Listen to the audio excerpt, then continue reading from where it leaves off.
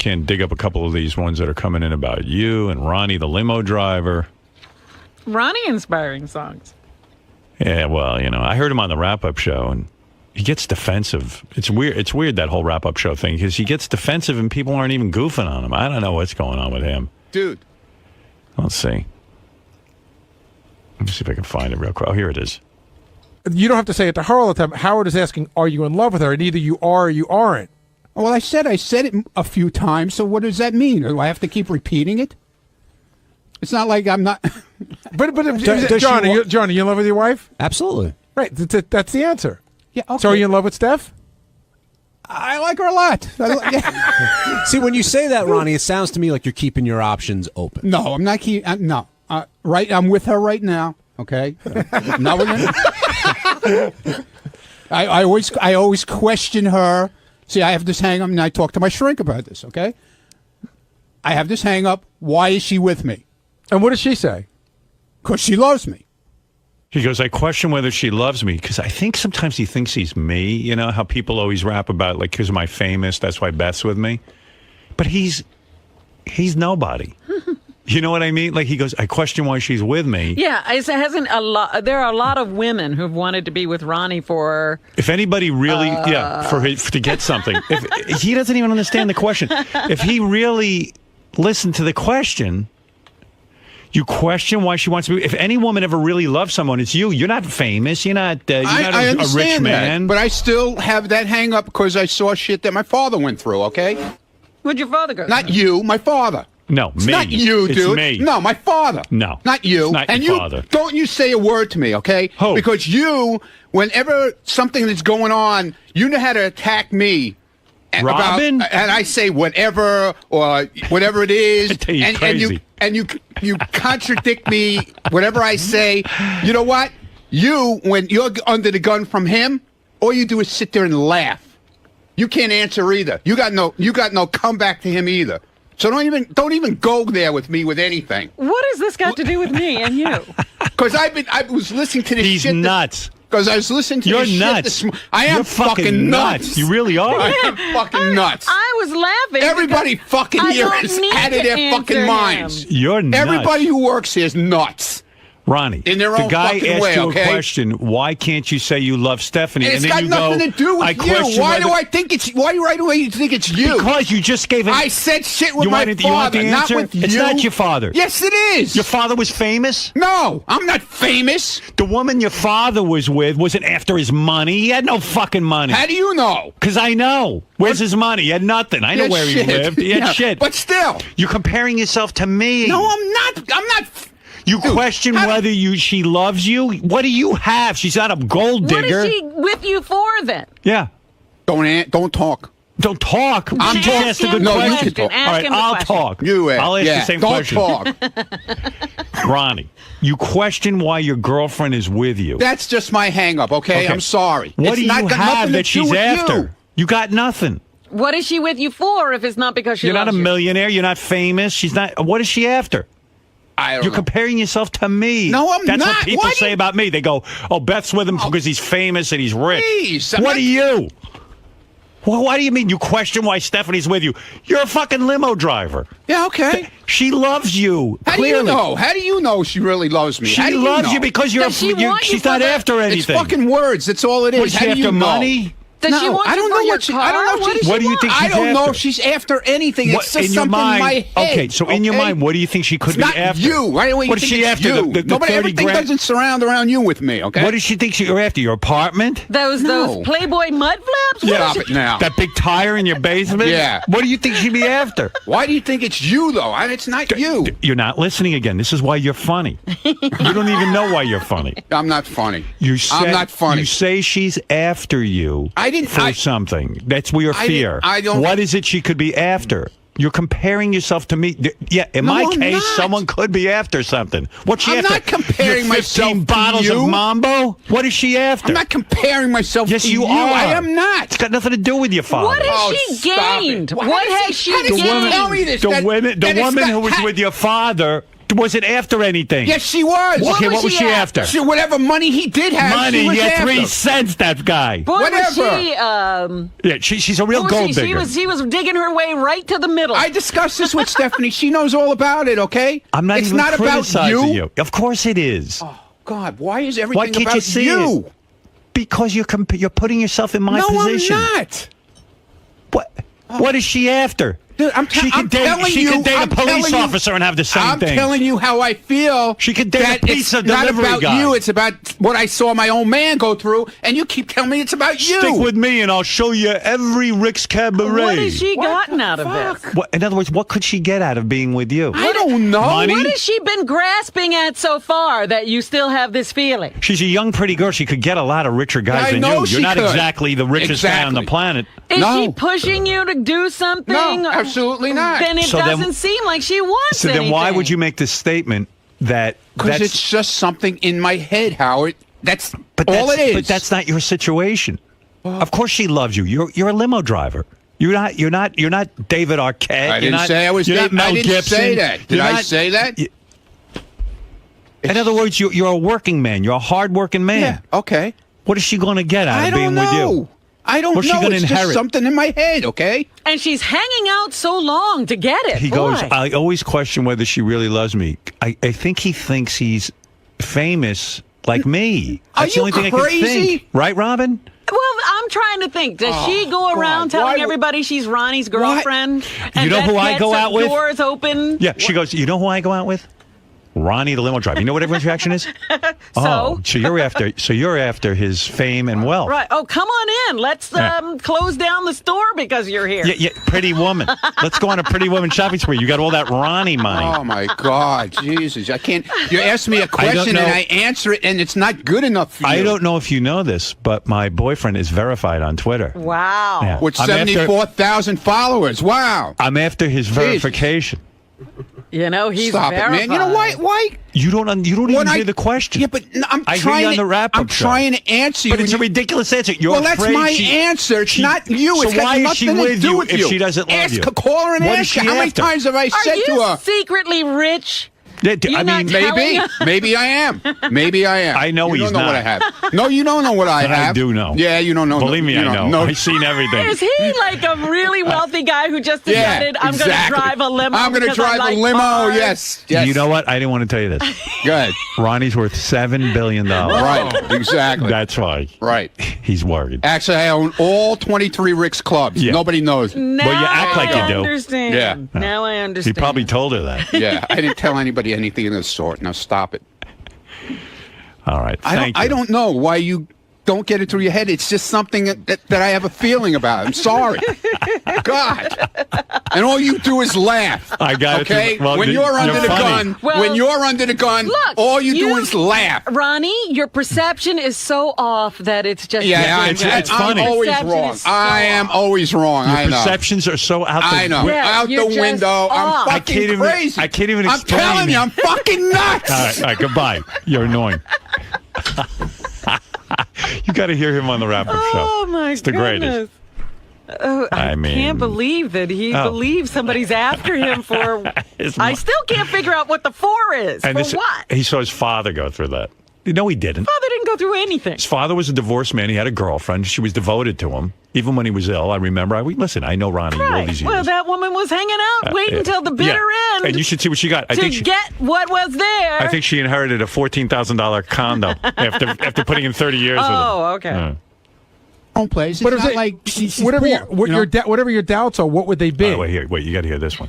Are you guys in a monogamous relationship? Yeah, according to her, we are. Do you feel like you're free to see other women? No, Okay, so I'm not seeing anybody else now. if you had sex with another woman, would you tell her? Yeah, right. Yeah, I'm going to tell her. No, I'm not going to tell her. Would that be considered cheating? Yeah, Okay, so but you I'm do- not. I didn't. No, that's fine. That's what I'm just curious, like what you guys' boundaries are. We don't have any boundaries. Well, you have that boundary. Wait, so you're both free to basically do what you want to do. no. He goes, he's crazy. We don't have any boundaries, but I can't do this and I can't do that. He's funny, man. He's the best on the show. Better than anyone. Oh, my goodness. Oh no, not in that case. No. What in what case are you? I don't. Leave me Well, does that go leave both? me alone already? Does that go Okay? both ways? Like, if you can sort of do your thing, can she do her thing? Are you comfortable with that? No, she goes and hangs out, and she goes out with her friends. I don't know what she does. Can I take her out? No. You would be the last person. And by the way, that has to do no matter how old she is. Yeah.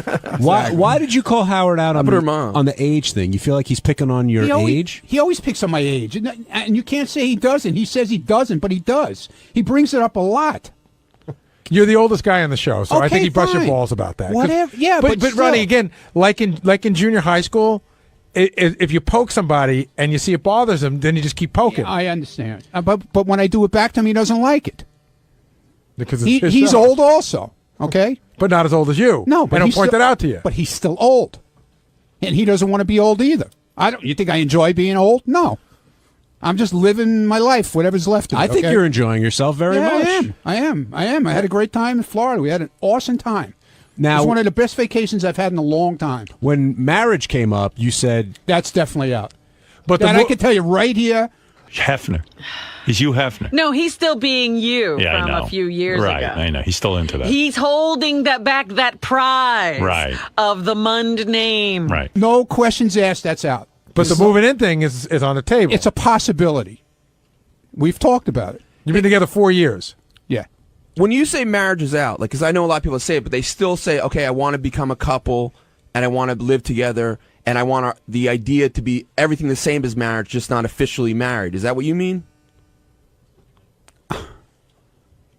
Listen, if she moves in, that's it.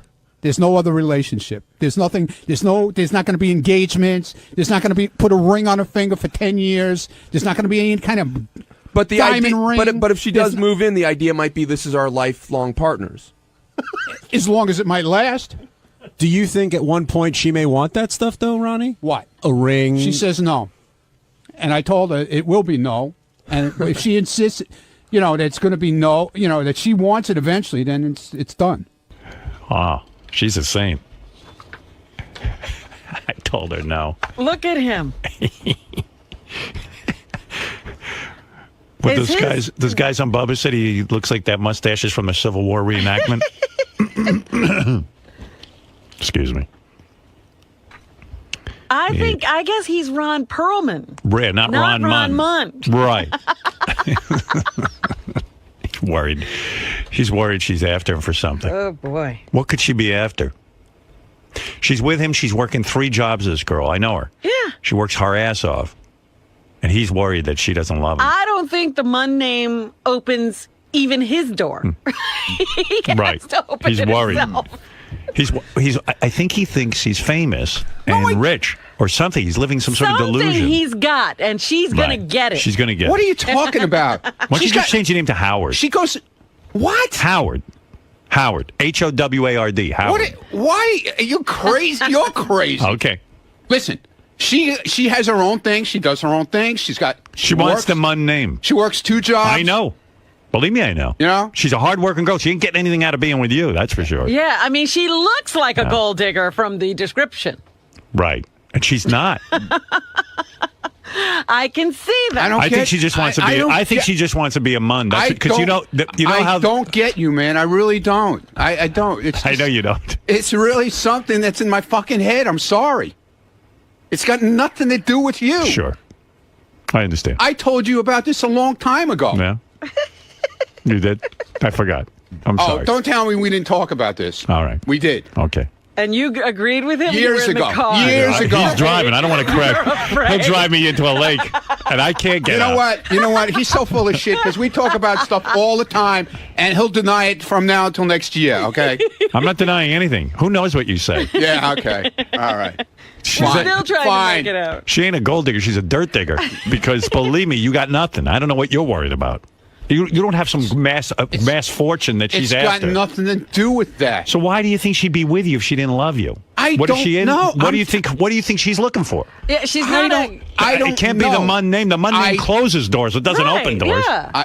Listen, I don't People know. hear Munn, they close the door. Where in the world is he such a big shot? I don't. Maybe I'm the not. Rick's I didn't Cabaret. say I was a big shot. When did I say At I Rick's was a big shot? Cabaret, he What is walks. she No, I giving didn't out? say- She when did I walks say it was a around big shot? bragging that this is her man? My man is Ricky, listen, yeah, I don't Ricky love man. him. I don't He's love Ricky him, man. but when he dies, I'm going to inherit his empire. Right. I mean, she's sitting there. She's talking about what a wonderful lover you are. She really enjoys being I with understand you. that. She's a great kid. She's a great girl, man. Kid, That's what's cool about it. you're a good kid. Hey, kid, get over here. Stop One it. day you play your cards right, you'll inherit my nothing. Right. You'll inherit this. My just- NASCAR memorabilia. You just don't get it. Sorry. What don't I get? Nothing. What we am I can't missing? get it. I'm leaving. What is she after? I didn't say she was after You anything. said you don't. You said you don't think she loves you. You're have I feeling, said I didn't. Question. I said you question I it. question it. Right. So what would she be after? When will you get I an didn't. answer? I didn't say she was after in anything. your fantasies, why is she there? Since she I doesn't don't love you. know. That's what I'm trying to figure I out in my know head. what you think you've got that somebody's going to give I up don't- their entire life for. I didn't say that. All right. I didn't say that. I really got to know what. Yeah, what I'm you think depressed now. They're after. Maybe I should go take some. How what is many that? other women Let me are drink after? some of that shit. What did you drink? I want to know. How many I other want to drink women some. are after Ronnie? Nobody. Maybe did you copyright that phrase topless? To No, your I did PLD? not. No, I So didn't. she can't even inherit No, that. I didn't. I didn't. Because dating Ronnie is her stepping stone to nowhere. Topless. To topless. Who said she was is a stepping stone That's for what I'm anything? saying. This is what you're saying that this is what's It's going got- on. but it's got That nothing she to must do be with that. into you because of where she can get or No, what I she never can get. said that. I never said that. Did I ever say that? Yes, you said I have a question of why she's with me. Yeah, exactly. But I didn't say that she's into it for getting money or whatever. what would she be into I it don't for? know. What could she be into it Oh for? my God, Well, man. he does have a lot of Twitter followers. Yeah, she's going to inherit all of them. Do you go everywhere and people go, "Hey, there's Ronnie the limo driver"? I mean, maybe that's what she's it happens. It happens. It does happen after. when we're out. Right. So maybe that's what she's after. Yeah, in your mind. exactly. Right. Oh, okay. Well, that makes sense. She wants to be. Yeah. No, you're it's so not. famous. I didn't say that. I never Then said what could that. it be? How could you? I got even- nothing. You got nothing. You That's got it. nothing. So why would she be after? All right. We Listen. all agree on that. All right. Thank you. Yeah, Thank before you. Nancy calls in and says she's sick of hearing me, let me go. You know the girl from yesterday? All right. All right. She doesn't like it. I'm You know, leaving. Ronnie has like over 600 Skull T-shirts. Maybe that's what she's after. Ah. Yeah. Good Lord. This is what I deal with all day. He drives me around. He's going to lock up the windows and drive me into a lake. and you're going to be laughing. Ron, Yo, do you regret saying stuff like that that's in your head because when it comes back like on the next day after the wrap-up No, show and you're I don't forced to care. defend what you... no. But when Howard breaks it down logistically, there's no reason to doubt her love or to... Say that again. When Howard breaks it down logically, Listen, you know, dude, it's like... dude, listen to me, okay? You're not in my head. You don't know what's going on. You don't know what's going on in my life. What's gone on years before, okay? You don't know. So you can't even ask me that question. But I'm saying when Howard breaks it down... I don't care what Howard. He's not my fucking psychiatrist. He thinks he is, but he's not. He thinks everything revolves around him. It doesn't. Other people have lives. They have shit. They have problems. Their own problems, not his. Okay? Why when Robin laughs does it drive you so nuts? I mean, everyone laughs on the show. Everyone laughs at each other. Fucking bald motherfucker is here now. Having a bad day, buddy? No. No, man. It just makes my Twitter followers go up. Oh, all right. You know? It's all Just keep hammer, man. Hammer. Go ahead. It's all part of your master plan? Yeah, my master plan. This is my master plan. Sal, please come with me. Oh, you can't come and bother him. But Ron, everyone busts balls. Everyone laughs at one another. Why would Everybody's fucking nuts here. Don't you understand that? Well, why does Robin's cackle really? It just goes right through you. Because she sits there and knifes people left and right, through the back, through the neck, and then when she's getting on the fucking, she's on the fire, all she does is sit there and laugh. She's got no answers. Listen to what went on this morning. Listen to the playback. All she did was laugh through the whole thing. She can't answer either. Isn't part of Isn't what? isn't part of her job though to fan the flames, to keep things Yeah, kind of fine. going? But she's as fucking crazy as everybody else around here, okay? Are you included in that crazy? Yeah, I'm fucking nuts. All right. Check it. Getting married? I'm not getting married. When did I say getting married? That's what these guys are saying. You told someone. Get the fuck out of here. When's the big date? This is awesome news. What's going Bullshit. on? Don't put fuck. You know, Doug, you're a fucking asshole. Get the fuck out of here. Don't put words in that goddamn idiot's mouth because he'll make a whole story of it. Who's going to Ronnie's wedding? Good morning. How are you? I'm good. How are you? Good. Welcome. Thanks. Very cool.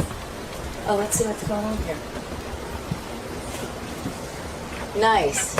An ass first thing in the morning. That's what you need. Everybody needs to wake up to that. Exactly what you wanted to see on your Stern Show debut. Exactly what I knew I would see and wanted to see. Yes.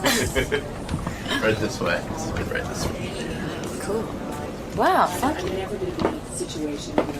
So what's going on with you? You have a new book out? I do. I have a new book out, and it's called Hell High Note. Wow, I'm really low in here. Hold on. Yeah, Howard gets you right into bed. Yeah, I just realized I was just in Howard's bed, I think. Yeah. I have a new book out, and I'm promoting it, and a new TV show coming out, Bottom Hit. Blah, blah, blah, right? Right.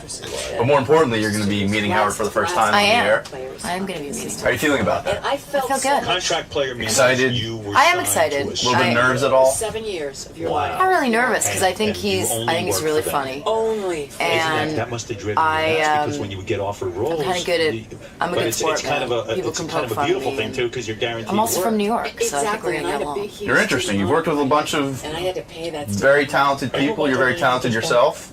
You've been on American Idol. Sex and the City? Yeah, I have. You have some good conversation to be had. I do. I think it's going to be. I don't know if he's spoken to people that have been on Idol. I don't know if people, Randy or any of these guys. A while back, a long time ago, but a lot's changed since they've come in. I think that was like 5 or 6 years ago. So. Yeah, I mean, it'll be. I'm interested to see what he asked me. I'm sure it's going to be funny and tough at times, but I'm up for the challenge. Didn't I see him coming in? Is that you? That's me. It's good. I don't like it. All right, then let's take it down. Take it home. Let's take it down. Forget this. I'm not going to look at this anymore. We're over that. Come here. We're going to put your head here. My head there? Yeah, just put your head right there. Good. Just stand here for the next 10 years. That's nice. That's much better. Thank you. I like that. Thank you. Let's see now. Let's really see if you look like this. Oh, he's way hotter. Oh, thank you. I'm kidding. But he's better looking. That one I actually like. That's a good one right there. I like that. All right, let's put this back. You sure? Yeah, I'm pretty positive. You don't want to take it home? I don't know. Will you sign it for me? Sure. Where will I put it though? I don't know. That's up to you. Ronnie working his charm on you already? Yeah, he's giving me this. That's wonderful. So you don't mind if I take I this don't. home, right? I actually would like you to take All it. right, I got to leave you though because I'm married, but I'm going to take this home with me. Thank you so much. Really appreciate There it. goes my picture. No worries. What about this one? Why don't I take this one? That's Jeff the drunk. You can have him as Oh, I'm well. going to take him too. Good. Do you All like right, veggie, thanks Nick? guys. See you later. I'm thinking that the value is what? I don't know. That'd be at least 6 figures. Probably. Yeah. Couple mil. The detail and the goatee And is also, unbelievable. I'm going to go home and actually do my own kind of thing on it. Your own interpretation? Yeah, well, after I've spent some time with him, I'm going to figure out what color would go best, like, right across his mouth, and maybe put a little thing like a handkerchief there, because that may make him look a little slobber. Yeah. I'm wondering if I should also give him a gold tooth. That would look good. I think that'd be hot. Yeah. Actually, let's work on that now. Don't you think I should? Yeah, deface it a little bit. Do you think I should do that? Yeah. You wouldn't mind, would you? No. God. We have enough Ronnie around here. We don't need... Ronnie! Can I give you a black tooth? For sure. Ronnie? No, you don't want to ruin my picture. Oh, Ronnie. Go ahead. why No, would you can do ruin it. your You can do whatever you picture? want. I'm a big fan of yours, so you can do whatever you want.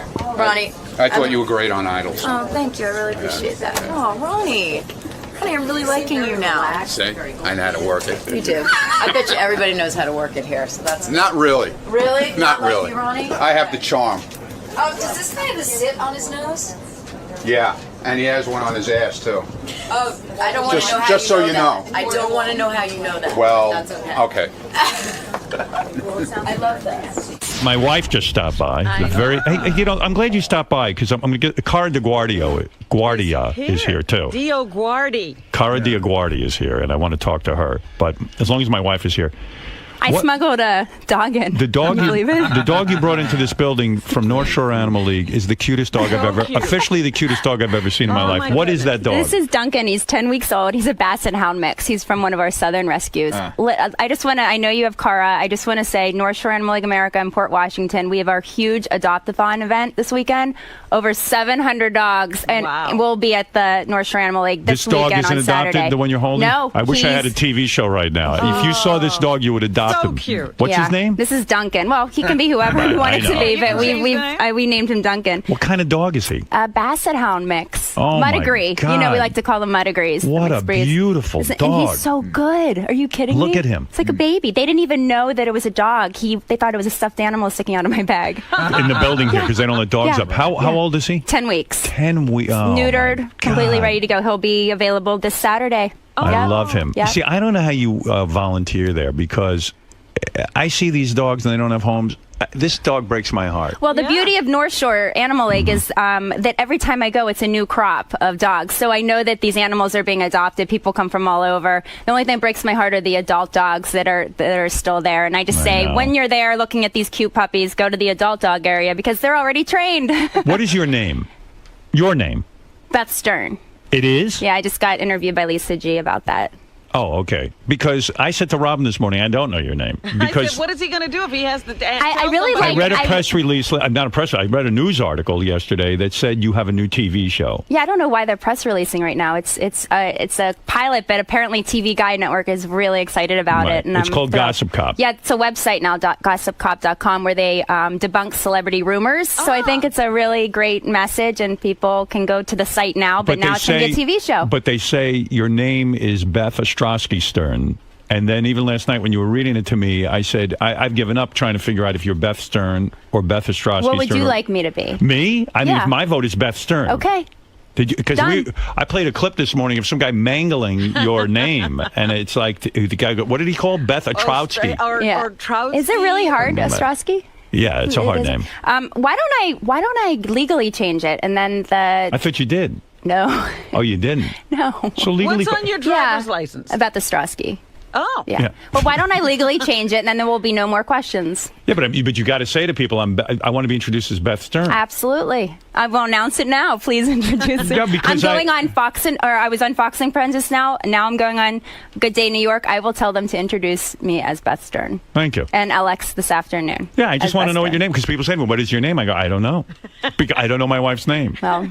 Now I do. Anyway, everybody come to North Shore Animal League this weekend. All right. And I love have you. fun I with love that Cara, dog. And that is a beautiful dog, Duncan. All right. All right. I and love honey, you. wear a name tag because I don't know your name. I love you too. See you at home. I'll see you later.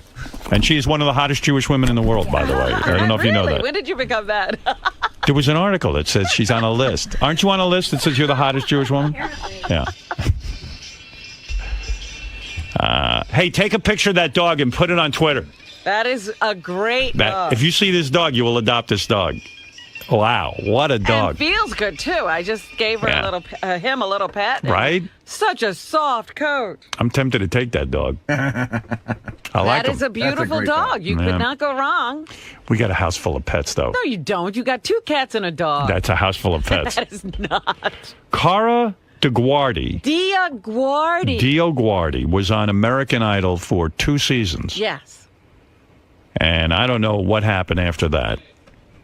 To me, let me look at you. Cara, let me look at you. Put down the picture of Ronnie. No, let me look you over. Let me look you over, baby. Cara is dead. There is no Cara anymore. Cara? Cara. Is it Cara? It's that Cara. guy called me Cara. Cara. You're so Simon. annoying, Cara. Oh, that's It's Cara, man. Can I get my name back, please? You got a great body. When you took your clothes off on American Idol and you went into the bikini, and I know in your new book there's a whole chapter on it, because it was traumatic for you, right? But I got the impression at the time that you really wanted people to see how hot you were and how hot your body was, right? No, what it was they had this great idea, and they were like, all right, you remember Bikini Girl? We're going to have it back on the finale. and you're going to be in a bikini and come out, or you're going to be in a dress and come out singing, and then you'll show everyone. I loved it. I changed my whole opinion. It was a great idea, and I was like, oh my God, that's awesome. And then I was like, well, wait a minute, who's doing that? And they're like, you. I'm like, no, whoa, I don't even want to go to the freaking beach in my bathing suit. Okay? Is that true? I mean, here you are, the woman who wrote songs for years. You never got to be the person in the front. You never got to be the front person, so to speak. You'd write these songs for other people. They'd have huge hits. Suddenly, on American Idol, they want you in a bikini. You're going to be on the stage. Everyone share. I would think this is your dream. Really? I wet myself. Okay. What do you mean you wet yourself? I was so nervous. My manager was like, "Honey, do not wear a white bathing suit. You better wear a black one," because he knew that I was so incredibly nervous. And you peed in your bikini? Yes, a little tinkle. Is that true? Yes, I swear to God. It's so sexy. I could kill myself. Oh, really? You like that? Oh my God, that drives me nuts. God. Are you serious? That you couldn't even control your urine. That you peed all over your bikini. Was the bikini wet? Listen, it wasn't like a puddle. It wasn't like, Was the bikini swimming. wet when you went? A little bit, but what was worse is I had this dress on from Vera Wang, and the poor woman, she was like, "Okay, I need it back the day after." Right. And all I could think of is, all I could think of is she's going to get it, and there'll be a magnifying glass like CSI, and they're going to look down it, and she's going to be like, "Oh my God, this pig!"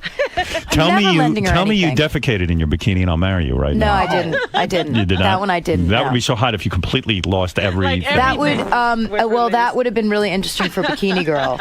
Was American Idol the worst experience in the sense that, okay, you got to be famous, but you took a beating? I mean, you came in, and all of a sudden you're being scrutinized.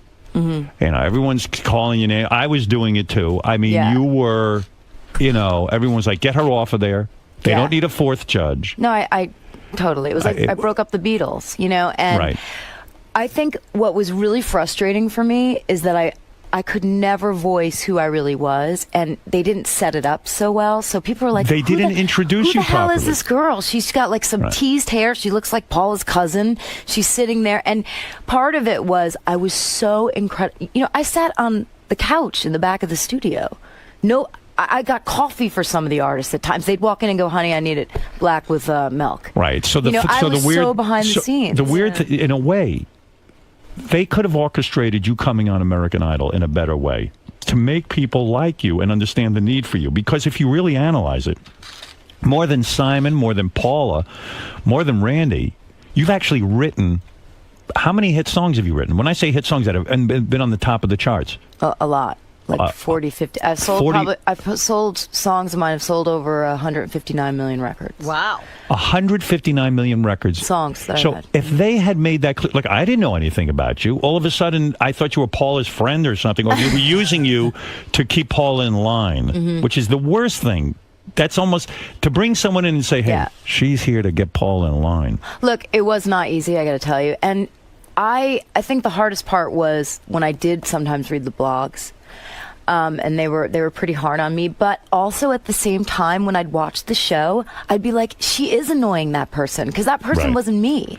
Where you would talk too much, and then Simon would say, "Oh, stop talking." Well, I was nervous, and I was trying to figure out how to fit in, and it was impossible because they had this chemistry already. Is it hard to be a judge in the sense that sometimes you really think someone sucks, and you just don't want to say it to them? You don't want to hurt their feelings. Well, by the end, it was funny. Last season, it was probably really annoying for Simon because I would tee him up. I'd be like, that wasn't so good, I got to tell you. I mean, I was always negative, and that was kind of his role. So to tee him up was weird. But for me... Would he say to you after the show, you fucked me over because you were negative, and now all of a sudden, when I'm negative, it seems like the same thing? No, he wouldn't, because, he knew that I wasn't... I think if he knew I was trying to fuck with him, he probably would have said that. He would have been like, who the fuck do you think you are? Was he the boss, so to speak? Was he the one in charge? I would say that he really ran the panel when he was there. And how did he get that role? I mean, didn't Randy get resentful of that? Randy plays it smart. He just kind of lays back and Randy's happy to be there. Randy's just a great guy. Randy is, Randy's like a teddy bear. He's just a doll. He's going to go along with whatever's happening. You don't like Simon, do you? I do like Simon. I do. In the beginning, I thought he was way too hard on me. And how so? Well, when we'd be on the audition table, and he'd be like, "Cara, you're talking," and it was. I'm the kind of person that way too hard. Are you on camera or off camera? Well, Kind of both, but I Okay. understood it. Listen, I understood. The guy was the star. I got it. It's not like I was like going in my room and, calling my agent. It was like I got it. I was just trying to figure out how to adapt around him. He could have been more helpful, is what you're saying, because he affects everyone's perception of you. Totally. And when he blows you off and he cuts you off and rolls his eyes while you're talking, you're doomed. But That's you know it. what? That's TV, so I got it. Like, that's who he is. That's his role. But by the ninth season, we started to, I think develop a respect for each other. Mm-hmm. And I have to say that I learned a lot from that guy. I learned a lot by watching him. So for that, I have to give him thanks. Explain to me, as a songwriter, how you make a living, because I don't understand it. You write the song, and then after you write the song and someone like Christina Aguilera sings your song, Yeah. you get checks on a regular basis. You get, I mean, if you write big songs, we're talking millions of dollars. Wow. So I was... You've I had- written big songs. Yeah. And you have millions of dollars from Yeah. it. And it's constant. In other words, I have friends who are in the music business, and they say, oh, the royalty checks just keep coming. I'm taking 2 years off because the royalty checks come in. It's that big an amount? And how do you even know they're paying you the proper amount? How do you audit that? Well, first of all, I'm one of probably the only songwriters that own their own catalog forever, since the beginning. You own all your own music. I did, but I sold everything about 3 before I went on Idol. Mm-hmm. So when I was approached by Idol, I was almost like, I think I'm out of here. Yeah, I think you I'm were done now. Like, I'm just going to chill for a while. I had millionaire. In other words, you had enough. You have enough money that you could have said, "I'm done songwriting. I'm done working. This is it. I can play the rest of my life." Oh yeah, I mean, I made more from songs than I did from Idol. Of course. Yeah. I mean, from what you're saying, you're one of the most successful songwriters in the world, aren't you? I think people would say I was one of the Can you give us some successful. titles? Yeah. Well, here, wait. Let me do this. I'll give you some why titles. don't you do it? Here, I'll tell you. I'll give you some titles, and then I'm fascinated by this. I really am. How do you know they're paying you the proper amount of money when you're? Well, you check it, and I mean, when you check it, who do you check it with? I go to BMI. I go to performance rights societies, the record labels. I also. How could you really know that you're being paid properly? You really can't. Well, you audit them too. You do. Of course. And you've done You want that. to know this? I am the only person in the history of the music business that audited a company and they had overpaid me. Who was the company? I had to pay back the money. Who was the company? EMI. EMI. In other words, they'd sent you royalty checks. Yes. You checked. I had to send back money. Why did you tell them the truth? Could you have lied and What just? do you? They found, because when they go through the books that you have to disclose. Yeah. Oh, Can you imagine? Have you ever audited and found that you were owed money? No, not yet. Because you know why? I register my songs. See, a lot of writers like to go, "Oh, I didn't get paid. I didn't get paid." Did you register your song? What does that mean? They go. You have to put it in with the company. If you don't, they don't know to pay you. I see. You've got to keep an eye on your songs are your children, and you have to keep exactly. And I'm a business person. I own a publishing company. Does it kill you inside that you don't get to sing your own songs? It would drive me insane. I mean, I always felt bad for the guy in the band, Robbie Robertson, who wrote all those songs, but he couldn't sing them. At least he got to be on stage and play the guitar. Right. Is that the worst part of this whole experience in your profession? I mean, I wanted to be an artist in the beginning, but that didn't work out. So you hate singing, don't you? I hate performing. Because your father ruined it for you. Well, I don't want to say he ruined it, but he pushed me as a little kid, and I kind of, I talk about it in the book. I had stage fright. I definitely Your had dad stage would fright. say, Cara, get up there on the stage and sing. Yeah. And that freaked you out. It totally freaked me out because I was a perfectionist, and I was more about, like, am I going to get it right? Is it going to be great? As opposed to loving it and being in the moment. But I have to say, I thank my dad for that because it got me ready for American Idol. You make that good, that your father would force you up on a stage to sing. Well, when you're in front of 25 million people live, thank God I had that kind of experience. Did you ever go out and perform some of your own songs? Will you ever sing your own songs?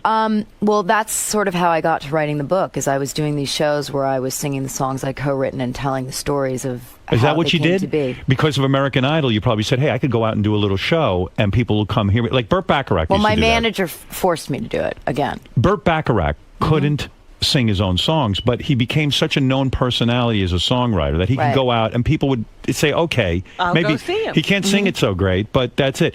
Are you a good singer? Asked me to sing one of my songs. All right. What's your biggest song that you ever wrote? What's your favorite? Well, I love Sober. Sober. That's the one Pink did, right? Yeah. So when she's on the radio singing that, and you obviously can sing, do you ever say, why didn't I just record that song? No, I say thank God for that bitch. I love her. Really? You don't want the spotlight? No, not like that. I love singing, I do, but... What do you mean you wrote that song? I mean, you wrote all right, the music? Let me tell you what it was, all right, okay? let me tell you understand that, it. because this is important, you know, a hell of a high note gets into this. It says, you know, because there's been all this stuff in the press about all these things that I've been through, but why it discusses it is because every experience I've had and everything I've gone through has been put into my songs. So I had an eating disorder, okay? Yeah, okay. So we go to write sober. You know, when you have an addiction... What do you mean you go to write sober? Is that you mean you're with I get Pink? a call from Pink. You write together in a room. Exactly. So I get there, and to be honest with you, it was the second time we'd met. The first time was a bit awkward. I met her. She was at the end of this album, and her record label was like, "You need to go out and find a hit." Meanwhile, she had all the hits, and they were like, "Go meet this girl, Kara." And she's like, "Who's this bitch, Kara?" Right. You know, I got to go meet someone now. I'm a big artist, so I met her, and it was a little awkward. And I thought, "Oh, I blew that. That's never going to happen." But she called a year later, and I went out to Malibu.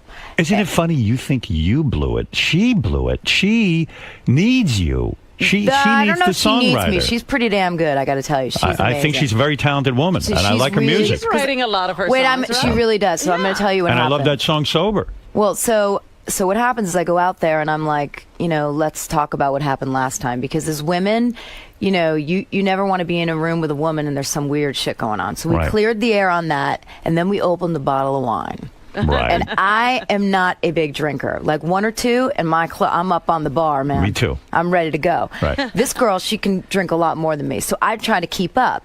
But what happened is we just had this great game of like drunken tennis, you know? You mean you would spew out a line, and then Pink would spew out a line? Exactly, and that's how we would do it. She had the last line, "How do I feel this good sober?" And they had the track. How So I did had you know to figure- call it? Did she come over and say, we're going to write a song called Sober? She said, "I have a title, How Do I Feel This Good Sober?" And we wrote backwards from that. And you were drunk when you wrote it. Totally drunk. That's insane, right? It was so fun, and I was so drunk that when I went to get in my car on the Pacific Highway, Coast Highway, I had to pull over. I think I had to nap for 45 minutes. Do you remember which lines you wrote in the song? I remember the pre-chorus. I definitely influenced because it was a 4-bar loop. I don't know if you about. We don't know anything. Right? Okay. We're so, idiots. Yes, So from the you're basics. definitely not an idiot, Right. but night is calling, all that stuff in the pre, and a lot of the melodies, and we did it Who together. writes the melody? You guys write We it both together. do. I mean, you know, to get down to who did what, I'm telling you, that girl is one of the most talented people I have ever been around. That It was is insane. The best writing session of my life, and I've on never- my mother's soul, the girl went into the recording booth and sang it 3 times, and it was done. I've never heard a better explanation about how someone writes a song. I've never really gotten... Chemistry. It's a date. It's a date. Mm-hmm. And then she goes in and nails it. Nailed it like you've never seen. We all had goosebumps. Do you go to an office every day? Not every day, but I go there. You're a record executive at Warner Brothers. Yeah. You have a title. What is your title? It's, you know, like A&R. Right. You go out and discover people. That's got to be a trip, do. because you It's can literally take the hand of God and make... Forget American Idol. Yeah. You could take the hand of God, go see a kid in a club, and make him You know one what? of your I'm artists. trying to change what's been going on in music, because here's the thing: we got to have the right gatekeepers. Because you know, people ask why isn't there a Beatles or a this or a that? Right. Well, artists are sensitive, and if they're in the wrong hands, they'll end up in bed for 4 years. You know, so imagine that Right. somebody walks in who's really got the goods and they're mishandled or they're not talked to. You know, creative people speak a certain language. Business You're people and absolutely creative right. don't. So You know it's, what? they respect me more than they would like some, you know, guy who really has never.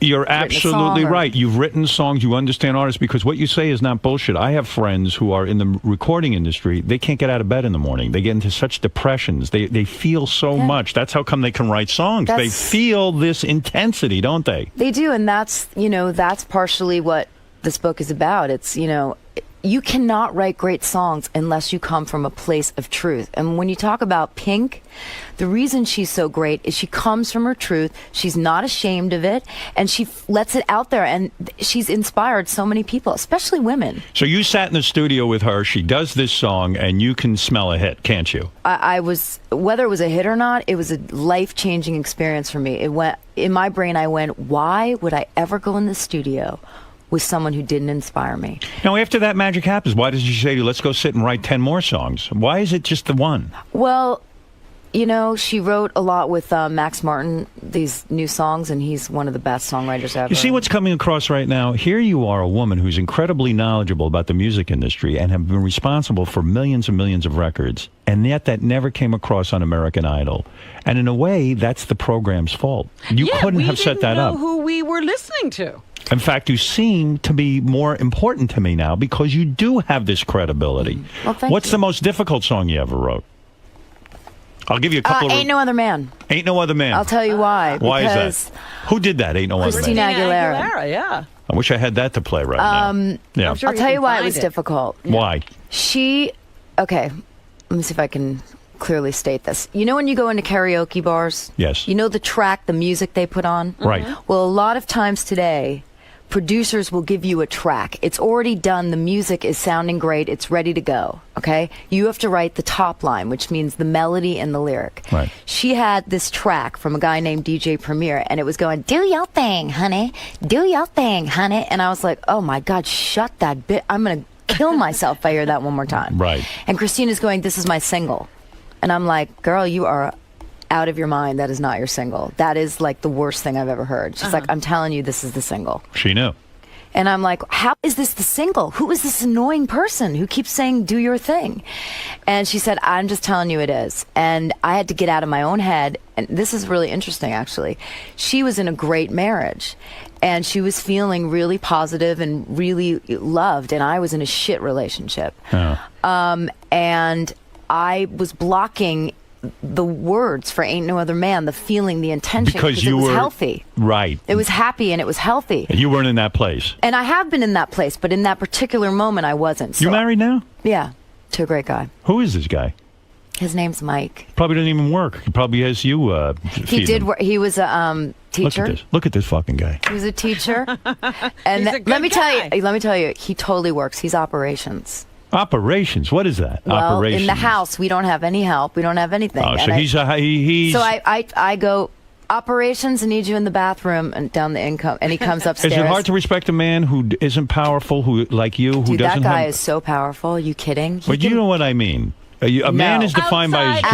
Outwardly, you need a powerful Absolutely man? not. And You let don't me get tell you- resentful that he stays home and doesn't have to earn the money? I think he deserves a medal for dealing with me and my life. Seriously. Really? And doesn't he feel inadequate in some way? Because He is so supportive. He's so happy that do I'm you out give there him doing cash everything. every week?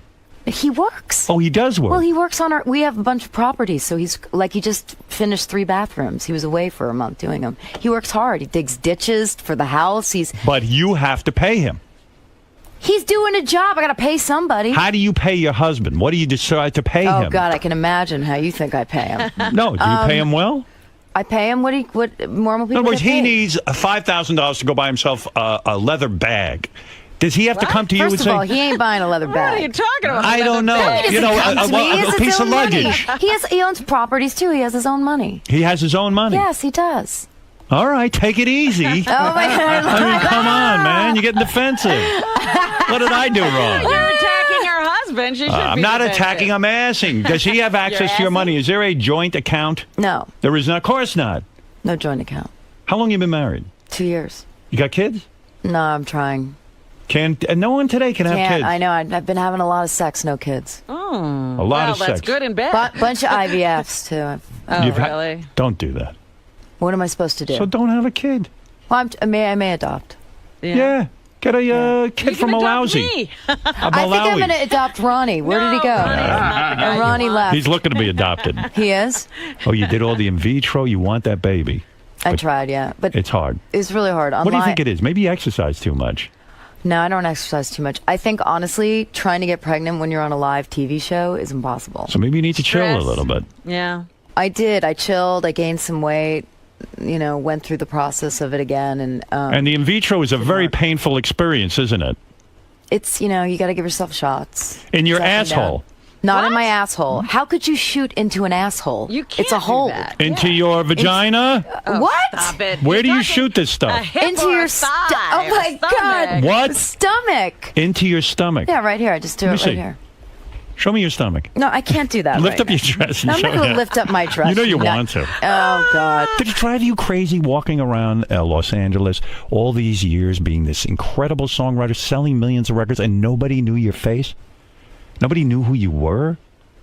No, I God. think what was most important to me, honestly, was being financially independent. Yeah. I see. It was about being able to work and make money and be successful. Being able to stay in music, which was what got me healthy, like writing and dealing with my issues. Being able to do that as a living and stay in it and actually make money from it was my primary goal. Who has complete? Take American Idol and then step out? How do you say no to America? It's like, It was- do you want to go on American Idol and be a judge? No. Who approached you on that? The producers did. They knew of you. They knew of your They reputation. knew of me, and it's funny because you never saw that side of me on the. They knew of me. They as very- reduced you to a joke. Simon took you and really kind of made you like you're not that important. Meanwhile, you're doing way more in the music business than he is. I don't know that he reduced me to a joke. I think what was happening is, where was my role? I didn't have a role. And Yeah. you know But what? they And an also- industry executive, by the way, because that was my role. Who the hell wants to watch that? That's boring. I don't need think so. You're a experts. songwriter. We sort of heard that, but nobody ever really knew your credentials. What artist has completely ruined your music? You wrote a song, you knew it was a hit, they took it and wrecked it. I can't say anyone's ever wrecked a song. Who blew it? What song do you think you wrote that should have been a hit and wasn't because so-and-so recorded it? I got to think about that. Well, you know what? I'll say one thing. There was a song, and it's not because of the artist. It was because sometimes what happens is the people running these labels pick the wrong, not all of them, because I actually love Warner Brothers. I think it's a Right. great label. But sometimes they'll pick the wrong song for an artist in the wrong genre. And I'll give you an example. There was a song I wrote called Lost by Faith Hill, who's a great singer. Right. But it was too pop, the song. It's not going to fit in country. She shouldn't have been the one to sing it. Right. So it wasn't her fault. It was just that it didn't live there. It didn't survive there. It didn't fit the market. She's a country artist. She can't be doing songs that kind of feel more pop. You're a very good-looking woman. You know that, right? Thank you, Howard. I appreciate You're that. very attractive. When you were a kid, when you were growing up, when you were in high school, you probably had everything going for you. You could write music, you could sing, and you were I fucking wasn't hot. doing that then. Yeah, but you probably had an easy time in high school. You weren't unpopular, were you? No, I had a lot of friends, good friends, and I Boyfriend? I had a boyfriend in high school. Yes, Started sexually early? I had sex at 15. 15? Hold Slut. on. What, go ahead. Hold up. Let me tell you the rest. Yes. So I kind of did it for him because he was more sexually advanced than I was. And then I didn't do it again until I was 19, and I went to confession. And You're a I had to Catholic do like girl. 1,000 Hail Marys and Our Fathers. And my father was looking at me like, what the hell have you done? What is, because that's how your parents would tell. You reveal in your new book, and by the way, I should plug the book. It's a hell of a high note. It's in stores now. You reveal in the book that you were raped by a record producer. Now, after an experience like that, which when I read the notes, I got really sad for you. I mean, again, it sounds like Kim Cattrall saying, like, you go in, you were probably, what, a young kid? How old? Like maybe 28, 29. 28, 29. You're a good-looking woman. You walk in there, and all you're trying to do is sell songs. You're trying to make a living. Some fucker, I don't know who the guy is. I don't know if you name him. No, I don't. No. Why is that you name him? Because if you make it about one person, then it's about that person, and it's not an experience of all the other people that have gone through this. Okay, but why don't we out these people? I don't Was understand this that. I was person talking. ever punished? I'll tell you, I walked straight up to him in a club. The 2 days later, well, the day after, I stayed in bed because I was just like freaked out. The day after that, I went out with a producer I was working with at the time, this guy Steve Morales, and it just so happened that the guy was in the club, and I walked straight up to him and said, "I know what you did to me." And he looked at me and laughed and said, "You wanted it, honey." Oh. And the producer, hold on, this was really important because I had been through this thing as a kid with my mom, and she didn't kind of stand up, and You had been, and you're referring to, here, I'll take you through this because this is difficult. When you were a younger kid, you were molested by a family friend. And you were how old? around 11. 11 years old. And this guy got you alone. He touched you in inappropriate places. Did he have sex with you? No. No. He didn't force you to give him oral or anything like that, but he No, molested just you. He touched touching, you and all of that. And so when you went to your mother looking for protection, you said, Mom, this is happening to me, which most young girls don't. They're afraid. Because usually the molester says, I'm going to kill your parents if you tell, and this and that. But did he try any of that on you? No. So you went to your mother. You trusted her. And you opened up to her, which is difficult. She basically ignored it. It was, when you feel unprotected by a parent, I think what happens is in your brain it goes to, I'm not worth anything. That's right. So I had to kind of build my self-esteem. But in my mother's defense, she was very Catholic, repressed. My parents never said sex until I was like in my mid-20s. Why does every person who isn't protected by their parents somehow build up that in defense of my parents? Well, There's let me no tell defense. you, I discussed it with my mother before she died. Okay. My mother was sick for 7 years, so I had a long time to get through And you this. took care of her.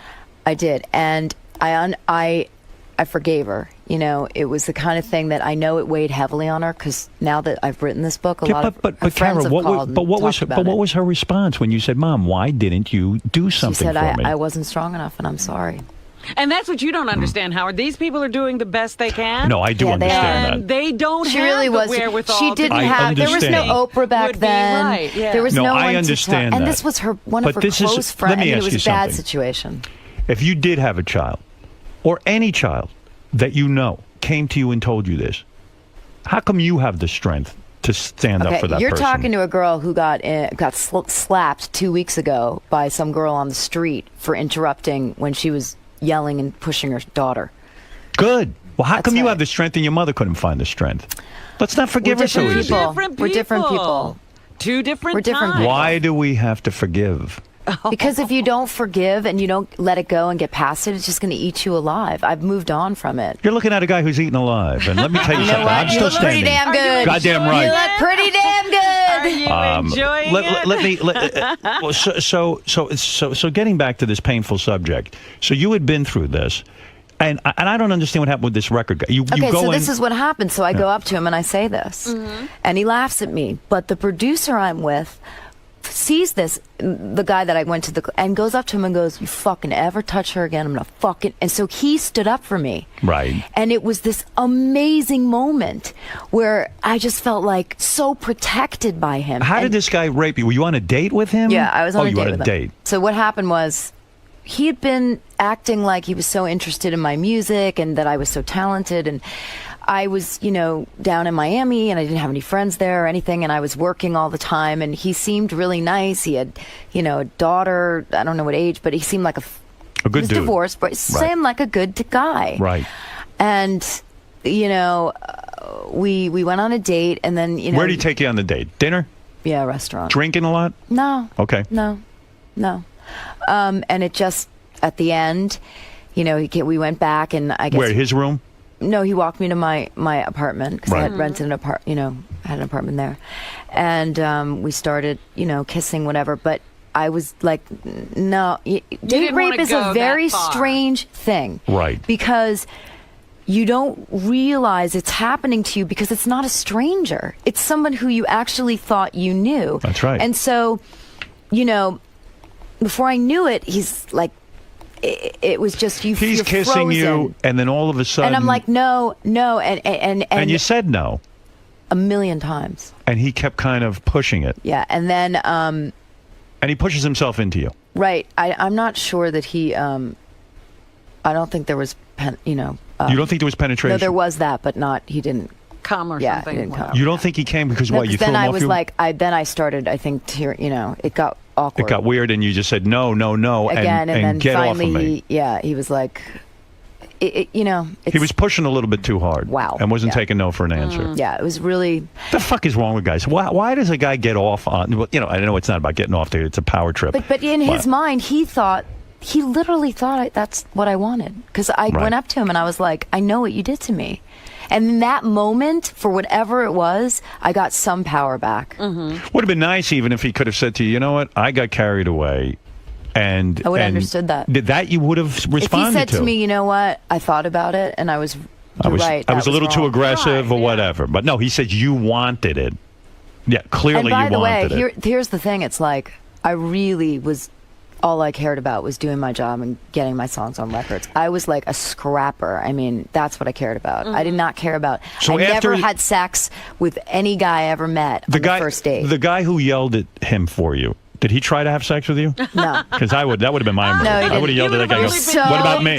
No, he didn't. I calculate everything. No. I'm going to yell for her, and I'm probably going to get in her pants tonight. Oh, my God. No, he totally How didn't. long did it take you to actually go on a date with a guy after something like that happens to you and actually trust a guy and get into bed with him? I think what happens is you get into the wrong relationships because it just reaffirms that I'm not worth any, that thing that I was coming back from. I had to, most of my career, I've been building back my self-esteem, coming back from where I was.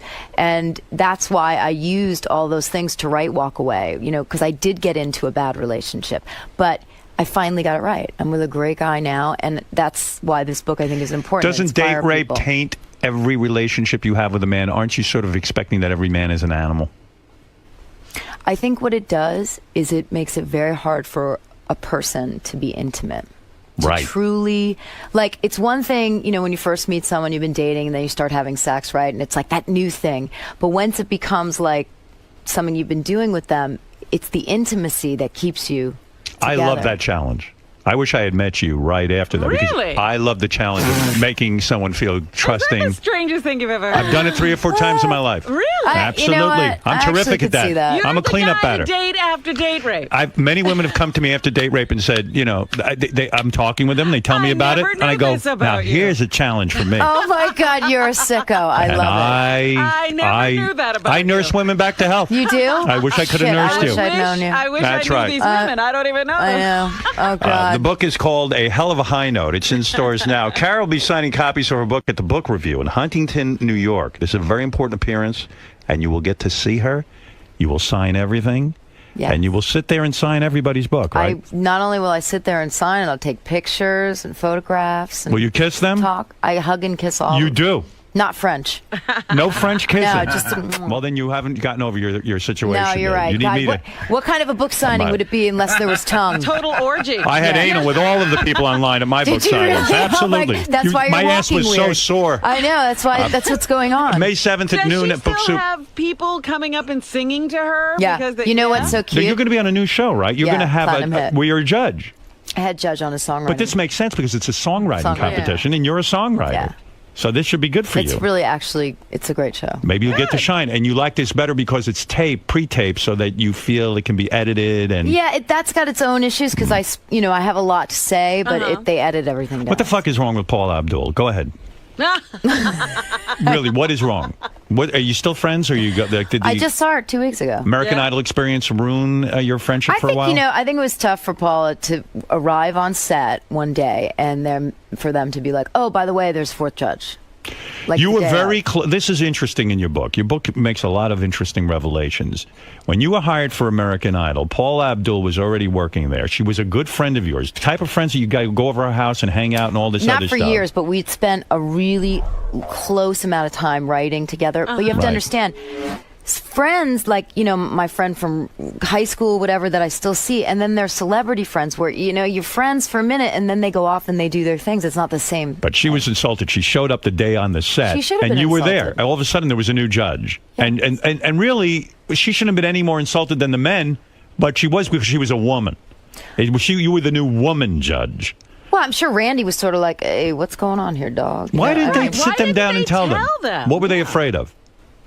I really don't know. And she was angry with you because you didn't call her ahead of time and tell her. But as you say, hey, I wanted the job. I didn't want to lose my job. She never said to me, "Why didn't you call me?" She was more like, what the hell is going on here? Like, there's some crazy I mean, it was literally like they were relighting the table. Where did you see her a few weeks ago? At the awards, the Logo Awards. Logo Awards. And she was friendly with you? Yeah. Totally. We said, hey, how you doing? You know. You're telling me they surprised Simon too with you as a judge, or they didn't tell him ahead of time? They told him. He knew. He gets to know, the other two don't. Oh, no wonder they were going nuts. Paula is probably devastated. Her show went off the air. She was a judge. She was going to do it on her own, and now, boom, over. I think she's going to be on X Factor. Simon has said he wants her for X Factor. Oh, he does. Supposedly, the negotiations haven't started, but he definitely wants her. Do you believe that Paula Abdul has never been on drugs? I think she said that she's been not on like drugs like pot or coke. I think she said she's taken some pills for her back. Do you think she's loopy?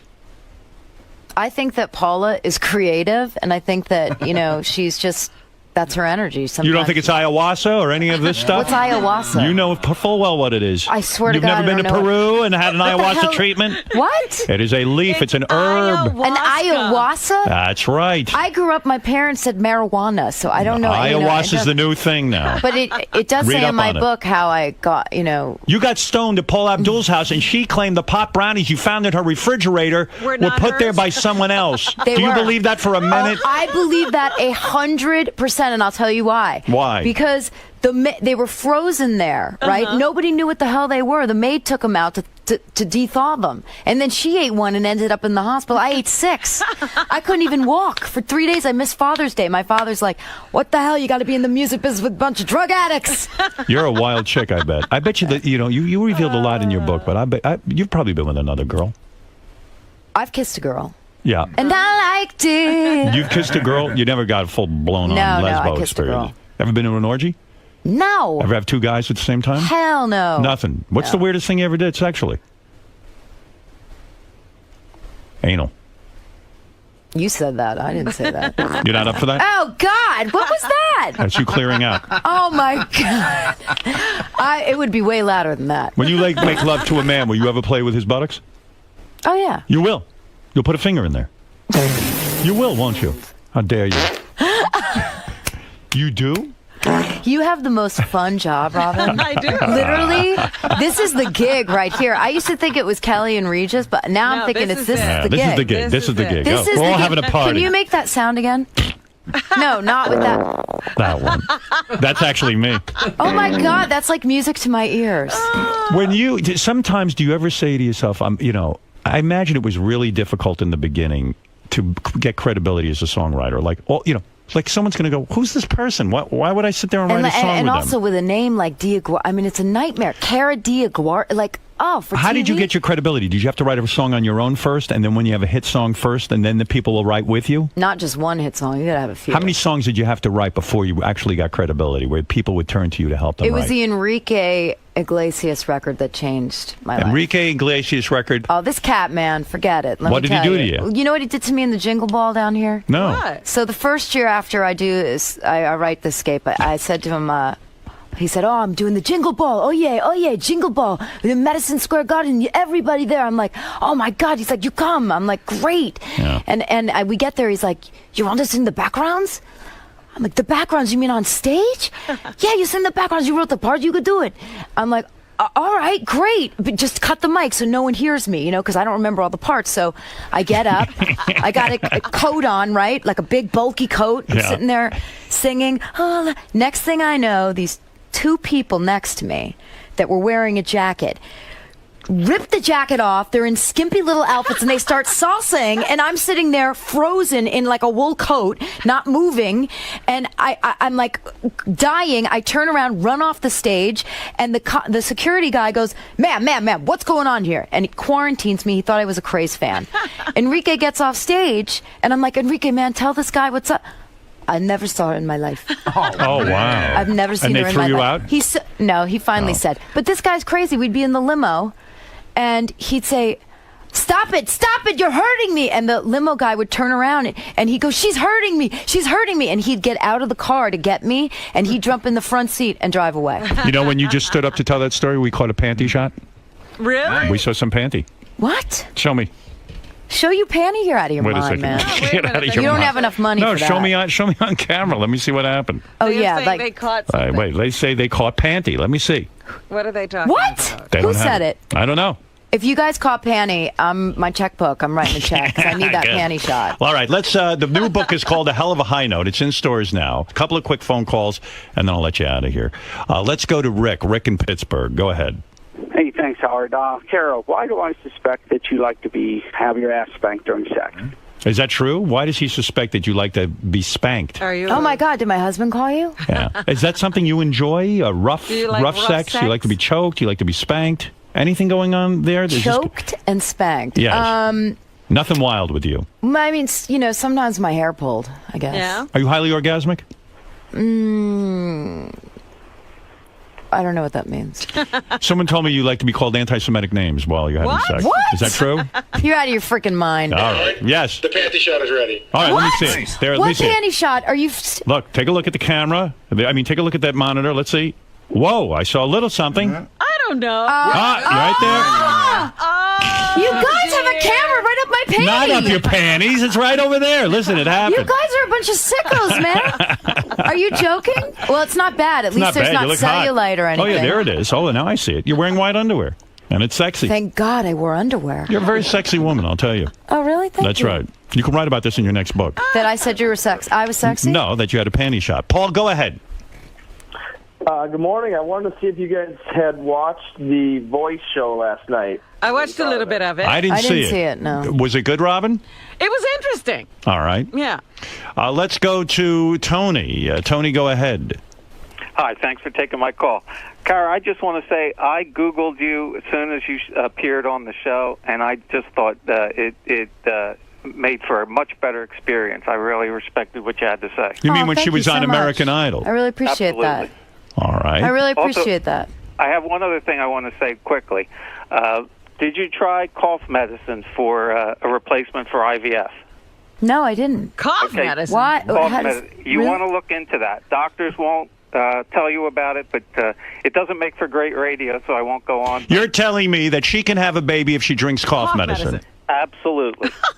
I have a son. I have a son to prove it. Wow. And how do you learn about something like that? Was that just your discovery? A nurse told us while we were going through IVF. Our daughter is IVF. Our son is natural. Now It's cough medicine. Cough medicine. Well, get on the cough. I knew a guy, a disc jockey. Not only that, let's in get Detroit. some stock in halls. I knew a disc jockey in Detroit who was addicted to cough medicine, and boy, was he a mess. Was he fertile? Thank you, though, very much for that. Dennis, go. recommendation. You're not going to do it, are you? You're not going to start drinking cough medicine, or are you going to look into it? Well, first of all, I'm going to drink it because maybe it'll help me get some sleep tonight. Are you book tour is killing me. You're having a hard time with this book tour? No, it's just that being up, not so much sleep, but Time it's all right. changes and Yeah, were you ever a drug person? Never, no. Smoke weed, except for the I one have. time. Yeah, I mean, occasionally when I was younger. Not now. No. You like a cocktail here and there? Who the hell doesn't like a cocktail? Take it easy. No one's accusing you of being an alcoholic. You got liposuction, huh? Yeah, I did. You don't need it. What, did you really need it? Well, that was the stupidest thing I ever did in my life. I don't know. I was in Paula's place, and I was, ridiculous, and looked in the LA Weekly and said, "Oh, I never liked my knees. I'm going to go do that." I mean, what a psycho! I didn't even know who the doctor was. I could have died. Right. It was so stupid. Well, just for your knees. You sucked the Knees fat out of your knees? and like And right your hips? here, yeah. Why? You had cellulite? No, I had the last, I had eating issues, and I have to tell you, once I spent $5,000 to do this, my binge eating was never What is enough. binge eating? In other words, you starve yourself all day, you get home at night, and then you just It was gorge. there was a time in my life where I really I was trying to be something I wasn't. I went to Duke, I was going to be a lawyer, and that was not who I was. I was creative. No, you're a creative songwriter. Yeah, so I developed an eating disorder, and it was mostly you eat a lot of food and it numbs you out, I never threw up or anything like that. Never but did the anorexic thing? But it got out of control where I'd wake up in the middle of the night and night binge. And Did you gain weight? yeah, oh yeah. A lot of weight. Yeah, like not a lot, but probably 20. Because your body looked awesome on American 20, Idol. 25 pounds. What do you think of the new American Idol, or do you have to be diplomatic and say it's perfect? Have you watched? I've watched bits and pieces of it. I mean, I think they have a great chemistry, and I think that's what's great. Do you think it's too positive, though? Do you think that someone needs to say, do you miss a Simon-type character there? I haven't seen enough of it to know if they're being critical, but what I do like about it, I'll tell you, is, I love Steven Tyler. Well, who doesn't? I told the executive producers to call him for Idol. Yeah. That was partially me. Seems like a lot of people are taking credit for that, though. You know what I mean? A lot of people. Who said it? Somebody, Ask Steven. Stephen was here. He told us that it was me, actually. Oh, did he really? That's right. Yeah. Well, that makes sense. No. But I bet you'd love to write a song with Stephen, right? I did. That's how I knew him, because he came over one day. What song did you write with him?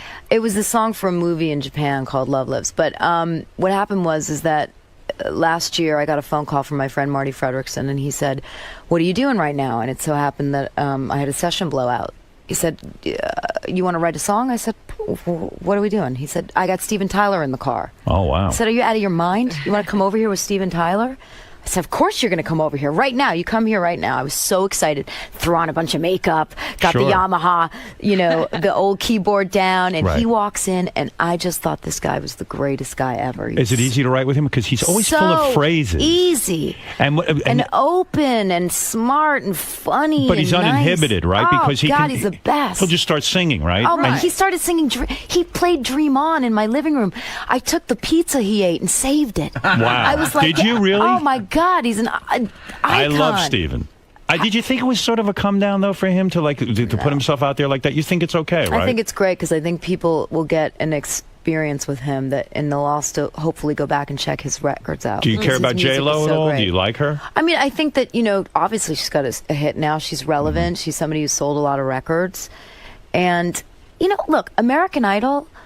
It was a great experience for me in the end. Why don't you watch the show now? Is it too painful? Because American Idol is my life. Every day there's a you want to be done with it. Well, no, it's because every day I'm listening to people sing. Right, I'm listening to songs. Right. So, do you want to go home and talk about radio? You probably a lot of the no. A lot of American Idols, though, they don't. They're really not. They don't have the charisma. Isn't part of it not just singing, but it's also your look and sort of what you put out there in terms of your energy? I mean, I'm gonna make it more about the one thing that it's all about, which is songs. Right. When you leave that show, you better have hot songs because you're competing with Lady Gaga and Katy Perry. And Kelly Clarkson fucked up her life by going off and stopped collaborating with other songwriters, right? That's what screwed her up? No, she did her own one record on her own, but she came back and she's been doing really well since. And she has truly an unbelievable voice. When you worked with her, she's the greatest. So what was she? What was her? What happened to her? Because I heard she just didn't want to work with anyone anymore. No, I think that she wanted a moment to kind of express what she was feeling. I mean, this is the thing that is so important about music. It's like these people are expressing what they're going through. How would you like to go into a room and she says, "Well, this is what I feel today," and some guy says, "No, I don't care about that. Just sing this." Right. And you've done all this to come so far, and you're not being listened to. Have you worked with Britney Spears? I have. Yeah. Mm-hmm. She was a sweetheart. You must be worth a fortune. Are you worth $100 million? Not 100. Wow. When you say You're worked a catch. with Britney Spears, what did you do with her? I produced a vocal. Okay. Was she mental? No, not at all. Not with me. She was like the normal. She's a sweet girl. Yeah. Really You're sweet. worth the close. You've got to have an amazing catalog. You're a I don't smart own it businesswoman. anymore. Yeah, and I own What do you mean you public- sold? You owned your own catalog and you sold it to Bug Music? Yeah. When you sell that many, how many songs were in the catalog? Hundreds. What do they pay for something like that? Some money. 70 million? No, nothing. 50 million? La la la la la. Wow. Can we hear more songs? Do you have a prenup with your husband? Hello? La la la Hello? la. Panty shot time again if you don't come out with the words. Robin, you're so pretty. Do you have? Oh, stop. Oh, stop it with her. She knows that already. You had to have signed a prenup with your husband. You're worth. You just got Isn't married time 2 up? years ago. I thought that was an hour we were in. All right, we're well- keeping you. We like you. All right, you have the Jason. You have the last word, and you're right. The time is up. Jason, go ahead. Hello. Oh, he hung up on me. I He had love enough. it. He had That's enough. right. He's like, you know what? Screw that bitch. Well, there you go. Listen, you've had an interesting life, I have. and I've had a that's good why life. that's why it's in a book. Cara DioGuardi's book, A Hell of a High Note, is in stores now. I've really enjoyed talking to you. Thank you. And I hope it inspires people to follow their dreams, go for it, and face their fears, because What that's if what I their did. dreams, there's so many people who go on American Idol and they think they can sing, but they can't sing. Don't you think there are people out there who are totally off the mark in what their dream should be? I do, but you know what? There's one way to see whether it's a dream or it's really, a pipe dream or a dream, and that's the hard work. Because a lot of people want to say they want to do things, Yeah. but at the end of the day, you got to work hard for it. Listen to me. Out in the hall when you leave, we have a parting gift of about a case of Robitussin, so you can have Oh that my baby. God, that's awesome. I'm going to make sure I'm that going to get happens. to it tonight. I happen to know you're a good person. I know in your book you talk about your mother dying, and you took time off, and you sat with her. What, for 6 years you were with your mother? She was sick for a long time. You gave her, you cleaned her, you changed her diaper, you gave her enemas, and let me tell you something. Ain't that many people who'll do that. She really was a great person. Well, she's all right. She had, she was human okay. like all of us. But let me tell you, she was human. I swear to God, that's the best thing I ever did in my life. Being with your mother while she was dying. 100%. Father still alive? Yes. Okay. Dating? Married. Married. Wonderful woman, yeah. All right. Now. I like you. Oh, I like you. No, I do. I really like you. I like you. got- You know when I knew I really liked you? When I read this Rolling Stone interview. Oh, really? I thought it was very heartfelt. You were really honest, and I like that you were dealing with your demons. I like people who face their shit. To me, it's what this life is about. And I'm going to tell you something. You're right to like me, because I am a wonderful person. Nah, I'm starting to see this. Right. And I turn you on. Believe me, I do. You know, I think you turn everyone on. That's right. Let's be honest. I'm Ronnie's even turned on. I think you are in love with me. I am so in love with you. That's right. If you're going to help me sell books, I am like beyond in love with you. There you go. Well, we will help you sell books. It's an interesting book. It really is. Thank and you so congratulations. A hell of a high note. In stores now. Hi. You guys hit it off. Oh God, that was so fun. I mean, you know, that guy like gave me my props. I'm forever a fan. I mean, I was a fan already, but you know, in the past, I think he definitely. What did he call me? Eye roller or something? But I understood it because on Idol, when I looked at myself, I'd go, "That girl is so annoying. I want to smack her." So Cara is dead. And I'm Cara. You're back. I'm back. I'm me. So anyway, it was great. I hope I get to come back. I heard you say in there that you finally felt like you could display who you truly are in there. Yeah. He gave you that forum. He did. He really did. And for that, I owe him a lot. I really appreciate that. He could have made that really tough for me and concentrated on all the negative, but he gave me a minute to really tell people what I do and to show that I'm actually a kind of fun girl and I'll take everything so seriously. Now, you've worked with a lot of talent. You've also obviously been a part of American Idol where you evaluate talent. Evaluate Howard. What makes him so special? Well, he's doing a lot of things. He knows how to suss somebody out. And he also has an angle. And he's somebody who does his homework. He did a lot of homework to know all those things. That's not just fly by, sit there and interviewing and not knowing anything about who you're interviewing. And he knows how to stay in character. Right, there's a lot of humor involved. A lot of humor. He's really funny, and he goes with it, and he's dedicated, and he works hard, like everybody who's successful. He gets an A+. He's going to Hollywood. He didn't get any. Yeah. He's not getting downgraded because of the panty shot, though, right? That's okay. I mean, what am I going to do? I wear panties. What is that going to be online? That my panty shot? I'm just glad there wasn't any cellulite there. No. But I'm just trying to figure out how you get a panty shot, because there must have been a camera up my dress. No, they're all in the ceiling. They're all from overhead. How the hell did that? All right, I'm not that stupid, so I'm trying to figure out how that worked. But all right, whatever. They got a panty shot. Great. What am I going to do? So you'll be back, it seems. It seems like... If he wants me back, yeah. I think so. He's awesome. I had a great time. Cool. Thanks for stopping by, Thank Kara. you. He wants to make you hot chick of the week. Oh, that's... Are you serious? Why not? That's awesome. Aww. He has 60,000 followers. 74,000. 74? That's so sweet. You know what, though? I think I'm too old for you, I mean. Young, old for you. You're married. Yeah, I know. You know what? You're a good guy. And I side with him, by the way, because there are a lot of people that will tell you that they love you, but not show it. And you maybe don't say it, but you show it. And actions to me speak louder than words. JD thinks that's funny. Oh, what the hell does JD know? I just thought it was funny how she got brought into his relationship. Yeah. I did. She asked me about it, JD. I did. Oh, okay. All right. I didn't know. This is an ongoing thing from before she went into the studio. All right. Okay. I thought this was... Take it easy. I just thought it was funny. I wasn't interacting with the guest. It started. I just felt you Take it weren't easy. so comfortable I have to talking walk, about I have to walk the lady out And now now, you're okay? discussing it with all Lee, our guests. Ronnie's walking me out. I have a job Forgot to your do. Ronnie Munn painting. I have a Ronnie job to does do. job. What's all this good stuff here? Take it with you. Oh, I want a red velvet cup. I'll get you a plate. Wait, can I bring one to Larry? Yeah, we'll get you a plate. Wow, you really got on Ronnie's good side. I like Ronnie. He can be a tough guy sometimes. Ronnie? Yeah. Sweetheart. It's cupcake. Oh, he's getting his Papa Ronnie is to-go container. Papa Ronnie. I love Papa Ronnie. It's kind of like pepperoni, but Papa Ronnie. You're totally Papa Ronnie. No, that's a great name for you because it's like it sounds like pepperoni, but it's Papa Ronnie. Papa Ronnie. Sounds Papa good to Ronnie. me. Oh, I could write a jingle on that. Let me see.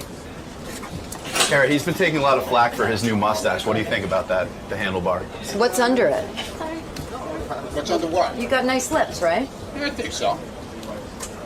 He doesn't need to Work good with you. Oh, you're funny, man. Come on. Bye. I gotta go, Papa Ronnie. Thank you. Bye. Yeah, she emailed me, said, I have to get on right away. She's in some sort of movie that needs immediate fan She attention. said, stop everything. Yeah. Let me on. We said, well, we'll have you in next week because, she's Kim Cattrall, Sex and the City, want to Sure. hear. Said, we'll spend some time with you. We don't have time. No. She said, I got to get the fuck on your show because I need people to see this movie.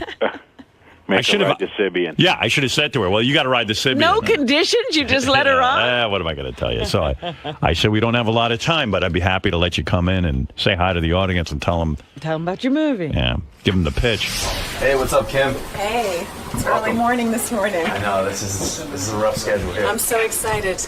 Welcome, this is your first time. Yeah, first time for everything. Yes. Oh, a little donut. Yes, this is Cupcake Wednesday. Oh, God. Dangerous. You Very picked a good day to dangerous. come in. I did? Oh, Yes, always a good day. Just this way. The bunny room. So Howard was saying earlier you have a new movie out. I do. It's called Meet Monica Valor, and this is our director behind you. This is Keith Bearden. Nobody wants to see me on camera. There's the star of the show. He's behind the camera. This is a movie we did 3 years ago and made for absolutely nothing. And it was released, got great reviews in the New York Times. It was just about to start, breaking out as far as finding an audience, and they pulled the movie. So I didn't think that was right. I didn't feel that it had really had its due. So Keith and I decided that we were going to do a campaign to make this movie, bring it to an audience. So we begged. We got one theater, the Beekman Theater. It's going to be showing this weekend from the 29th to the 5th, and we hope everybody will come out and see it. It's a sweet, lovely movie. If you like movies like Harold and Maude or Little Miss Sunshine, you'll really like this movie. We didn't have any kind of budget to get it out there, so we're the movie. And it's right now the Tribeca Film Festival here in New York, where it was discovered last year, so it feels cyclical, so we're here to get the word out. Meet Monica Valor. Well, this is a good place, Howard. Obviously, Phew. Every cab I get into, anybody who serves me at a restaurant, it's just sort of we're like this 2-band team. We're spreading the word. So we're just so thrilled that Howard has us on this morning to talk about it. now, you've met Howard in your personal life, but you've Yes, obviously I never done have. the show before. No, I'm really excited. I really am. I mean, he tells me that he's been a fan of my work since I started as an actress. So I'm excited to be in the room with him and Rob, and I'm a big Sirius radio fan. I live out, at the beach, not close to where Howard is. He's on the Ritzy area, but I run into a lot of parties where I see Howard. He never stays very long. He's out the door. Hello, goodbye. But when I have had those chance meetings, he has told me how much he's enjoyed my work. So we'll see what happens today. Should be a good time this morning. It'll be a good time, yes. I've had a very long, varied career, so I'm sure he has a lot to ask me. Cool. Well, good luck today and have fun with Thank you. Howard. I'm thrilled to be here. Kim Cattrall contacted me that she needed to get the word Do you out. know her? I do know Kim. I've met her a couple of times. Oh, so that's how she contacted you. Yeah, she's extremely attracted to me, Is that right? as most women are. Kim, come in and tell us. Good morning. Tell us about how attracted you are to me. And Yes, before you sit down. you look good, baby. Thank you. I thought for sure that I was going to sit in the tickle chair this morning. Hey, you're going to get on the We Sibian. can pull it out for you. I bet You look can. sexy today. Thank you. What's going on with you? Well, I'm doing pretty good. I have a cause. Yeah, I know. We're going to get to your movie, but I'm just looking at you. Maybe the sex comes from the inside, and she's always sexy. Oh, God love you. God love you. Those your real breasts? Yeah, absolutely. They are. Absolutely. You've never had implants. Never desired to. Are you Never. a C or a D? No, I'm neither. You're a B. Shocking. Yes, I am. Because B for beautiful. I'm looking at you now, and I proud. You know what's funny about you, Kim? I'm looking at you. You're a sex symbol, obviously. Thank But you, I'm Howard. looking at your chest, and I'm a man who knows something about bosoms. You appear to be a C or a D. No, and no, yet you Howard. fool the world. You know, recently my mother came to visit me, who's in her 80s. Right. And I have a little jacuzzi in. Of course you do. Yes, just a little one. Right. And I said, Mom, get in. And she said, No, I'm embarrassed. I said, No, go ahead. It's just you and me. And I saw my mother's breasts, and I have my mother's breasts, and they were sitting very high. So I thank my mother. At 80? At 82. Wow. And I have to say, if that I'm not frightened. I like your hair like this. I Thank like you. this shorter look. Thank you. It's attractive to me. When Sex and the City 2 opened in Tokyo, I just cut it all off. This is a good look for you. Thank I you. want you to keep your hair this length. And yours as well. Yeah. Shorter too. Shorter is better for me. As you get older, shorter is better. That's right. Yes. Believe me, I'm trying to find every trick in the book. Well, he had a lot of hair. Yeah. I had a lot to lose. You did have a lot of hair. Absolutely. You did. You know, when I think about you in Sex and the City, I think you wanted the same money as Sarah Jessica Parker. That's what held up the second movie. That's not true. It isn't true. No, it's not. Dispel that, then. I never asked for what Sarah got because Sarah was a producer. I felt that what they were offering the three of us, without a script, without a start date, was not fair after Right. us being in that show and being such an integral part, not just playing the parts, but we inspired so many of the storylines. You played the parts well. The show was a huge hit, and you said, listen, if I'm ever going to make the big money, it's going to be in this Now! movie. This is it. Exactly. We didn't have what other actresses on regular television, we didn't have sponsors. Right. So, there was no way we were ever going to make per episode what Jennifer Aniston, millions of dollars. Never. I've ever. always heard that HBO is infamously cheap in the sense that they will get, first of all, when they signed you guys up, no one knew it would be a hit. No one. So No. they get a hold of you, and you They figure got us cheap, real they got you cheap. which is fine. We're willing to grow, but every year with HBO, as anyone will tell you, that negotiation, you get that fax that says if you don't report to work, you will be in breach of contract because you're still trying to get something like a $2,000 raise. Your initial contract was for 5 years.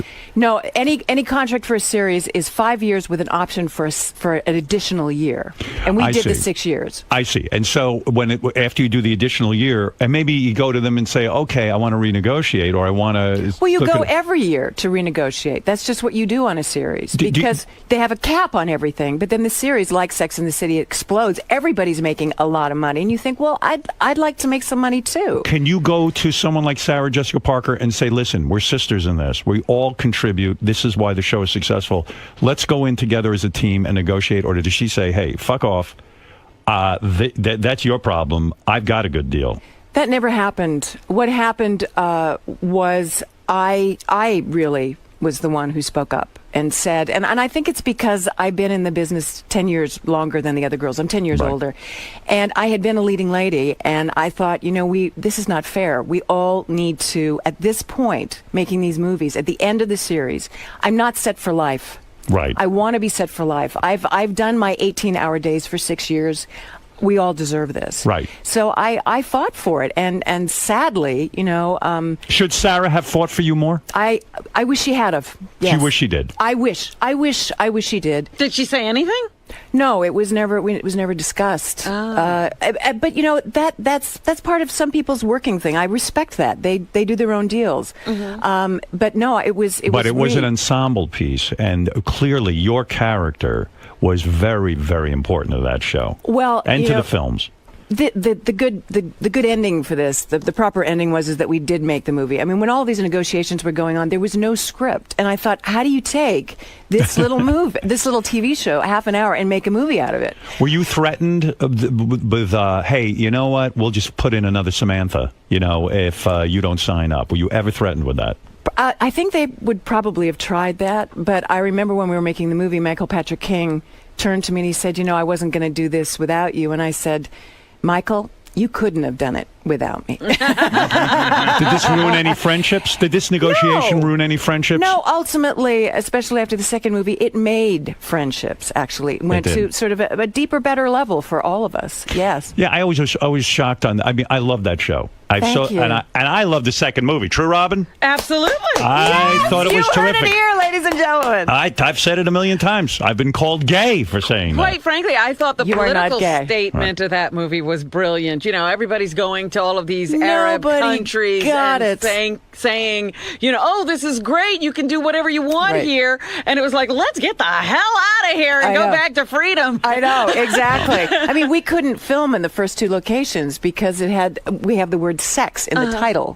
Do you think you got that role because in real life you are this wild sexual person or something? No, I had done a film called Live Nude Girls, and I think from a very early age, films like Porky's and Police Academy and Mannequin, for me as an actress, where I really live is in the theater, but you can't make a living in the theater. No. So, I mean, if you look at my resume, it's like two different actresses. One is like this theater career, which is very classical, and the other one is like these crazy movies that I was doing, but I was really paying my rent. Right. I didn't come from, I'm a blue collar girl, I didn't want to go back to waitressing and slinging hash. I wanted to continue, even, in a movie that I felt, well, it's not exactly what I want to do, but it's going to pay my rent for the next 6 months. Sure, no, which it's a Porky's business. did. Right. Absolutely. Porky's. What did you mean in your email to me? You wrote me an email and said, you're going to tell me something about the Porky's that I never knew. Well, that was it, actually. It came to me, Bob Clark took me to lunch, and I had done tribute with him with Jack Lemmon, which was nominated for Academy Awards. And then he said, I had this little movie which is going to change, how people perceive you. And I went, yeah, right. And how is that? And then he sent it to me, and all my agents said, you can't do this movie. And I said, yeah, I can't do this movie, but I also can't pay my rent. Right. And I thought, this movie will do well, and it'll probably do drive-ins. And I remember driving my car down Sunset Boulevard. I was living in LA very unhappily at the time, lonely, depressed. And I came across this huge mother-friggin' poster of Porky's, and the first name was my name. I was like, And were you upset about that? Because you probably thought Porky's was probably a bullshit movie. Nobody knew what it was. In some ways, it was way before its time. It was a fantastic movie, and yet probably at the time you said, I'm a serious actress. I shouldn't be doing something called Porky's. But, you probably thought it was the end of your career, Porky's. People thought it was the end of my career. Yes. Right. They did. Meanwhile, it's one of the things that you are known for and praised for. Yes. And you were part of groundbreaking movies. But at the time, they thought it was a piece of bunk. I mean, they went on and on how this isn't, compared with other films that were out at the time, like Animal House. They were saying, this is a frat boy movie. This is stupid. Was it hard for you to get work after Porky's? Was it like, she's in that shitty Porky's? It was easy to get work like Porky's, like Police Academy, because you're associated with a hit. So then you go on this trail, and this other trail that you were on with movies like Tribute and Ticket to Heaven, where you're nominated for awards and you're going that direction. Suddenly Michelle Pfeiffer is taking all those roles, and I can't get near them. Because you were in Porky's. Because I was sexualized in that way. Do you hate show business? Do you hate do you have regrets? Do you wish your career had gone differently? No. You're happy about everything. I've been doing a lot of plays, and that's always, as I said before, where I live and my passion is. And I did a play with Sir Peter Hall, who founded the National Theatre and the Royal Shakespeare Theatre. And I turned to him and I said, I studied at Lambda, and this was where I was going to be. And I've gone in this huge circle. Where'd you grow up? I am. I was born in Liverpool, England, and I grew up on Vancouver Island. And were you this little kid who used to always go around acting and everything? Absolutely. Every summer school. And then in 1968, we went back to Liverpool because my grandmother was very ill. Right. And I met a great aunt who was an elocution teacher. And that's when I started studying acting when I was 11. And I became sort of a protege. And I started to you were work. hot, which helps, because if you don't not have at the 11, looks... I wasn't. I was a chubby little girl. But when did you start to blossom? Well, I feel right now, actually, is when I'm really come on. blossoming. When did you start to become the hot chick? Well, it was actually after Porky's. After Porky's? Yeah. That's not true. No, well, for me, it was. In high school, you weren't hot? No, my sister was. And you were not hot? I remember in high school, Howard, I was like into the high jump. Yeah. And they used to put like these saw chips from the mill, because I grew up in Vancouver Island where there's a lot of sawmills and things. And they made this big mound that you could fall in when you cleared the bar. And they were clearing it, and they said, "Oh, this is Cherry Cottrell," which is my older sister. And they built a big mound, and I was behind this fence witnessing this. And they said, "This is her sister Kim," and they flattened it for you. For me. So you weren't the hot chick, but God, no. When you went out to Hollywood, didn't every guy try to bang you incessantly? No, I was very lonely in Los Angeles. Really? Yes, and to this day, it's difficult to get a date. Difficult to get a date, but listen, you've dated plenty. Don't paint yourself a wallflower. You were married 3 times, right? No, I've been married twice guys, and once annulled. Once annulled. Yes. And the problem with these 3 marriages, to put it bluntly, is these guys didn't know how to fuck you. No, well, you know what happened? I worked too much. No. You were not satisfied sexually. No. I'm telling you, I worked too much. But why have you said, you have been quoted as saying that the sex was bad? No, I wrote a book, Howard, called right. Satisfaction, The Art of the Female Orgasm. I remember. It's a very good book. And in the book, it was quite naive of me at the time. I wrote this book to really distance myself from Samantha, to say, this is my reality, and this is a character I play, but this isn't what my experience has been. It has been, like many women, not fulfilling, really. So my first husband, was European. I was working a lot. It was very stressful. All kinds of personal, situations were involved. My second marriage was completely different. And he couldn't give it to you good enough, the European? It wasn't what you hope for. You never had an orgasm with him? What country was he from? He was Polish, Jewish, German. Oh, that's not a good combination. And you never had good sex with him? It was, I don't, you see, what I think good sex is when a woman tells a man what she wants. And I don't just blame the man in these scenarios. I blame myself. Because I was scared to ask. I was scared to say, I don't know. I was scared to say, can we try this? Right. You were afraid to say, listen, I'm not getting off on this. Maybe you could do this to me or do that to me. Exactly. You were afraid to ask for what you needed. I didn't know what I needed.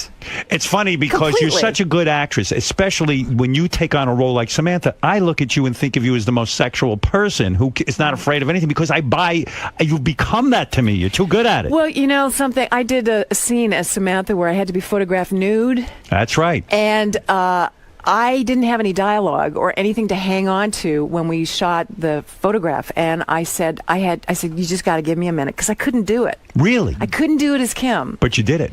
What I did was I went behind this little flap and I said a bunch of lines from the upcoming episode.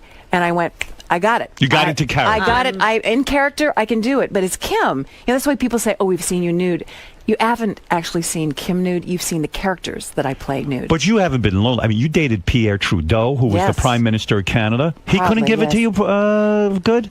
I was so young. Young. Very young. I was in my early 20s, and he was this incredible figure in my, it was like, it would be like old was he dating Obama, you know what I mean? Right. How old were you? How old was he? He was in his early 60s. You dated, when you were in your 20s, you dated a guy in his 60s? Yes. It's not unheard of, Howard. I know, but did it freak you out? No, he was in great shape. Really? You were attracted to him? Power is very attractive. It's an aphrodisiac. Well, when a guy pulls down his pants, he has gray pubes. That can turn off a 20-year-old girl, no? You know what? I didn't see that. You didn't see gray pubes? No, I didn't. Pierre Trudeau? I wasn't looking. I wasn't looking for that. You know what I was looking for? What were you looking for? He was a fascinating man. A really fascinating man. And who broke up with who then? Well, it was kind of, one of those things. He was busy, I was busy, and I'm sure I wasn't the only young woman that he was, had his eye on. And I got a boyfriend, so it kind of was... it fizzled. Fizzled. Who was the boyfriend? You dated Bruce Willis, too. What happened there? I didn't date Bruce You didn't? This is a myth. Bruce Willis and I think, passed on 495 or 27 on the way to some kind of event. You never had him? I've worked with him on Bonfire of the Vanities, and we did a read-through, and I haven't seen him since. At the time, I would have liked to. No sex. But no Bruce Willis. No. Wow. 3 marriages, no Bruce Willis. 2 marriages, 1 annulment. I call that 3 marriages. What do you mean annulment? That means you didn't bang the guy. No, usually, hopefully, you're at least a little, knowledgeable of someone sexually before you marry them. It just, he was Canadian, and he was getting his green card. This is a very And I loved him in that moment, but always we knew that it wasn't going to go anywhere. And there was no sex? No, it was a relationship. I'm not saying that I didn't love him. Are you difficult to be in a relationship with? You know what? I am because I'm married to my job. You love your job. I love my job. Yes. Never had children? Never had children. No. And you didn't want them, did you? I did want children. You did want Yes, children? I did. For many years, I wanted children, and I just kept thinking, after this, it will happen, or this is the guy, and then that would kind of not work out. I thought, well, this is the guy, and then suddenly I thought, it's not going to happen. There's no time for it. So I thought to myself, well, how can I be a mom then? And I looked and I said, I have nieces and nephews. I have young actors I can mentor.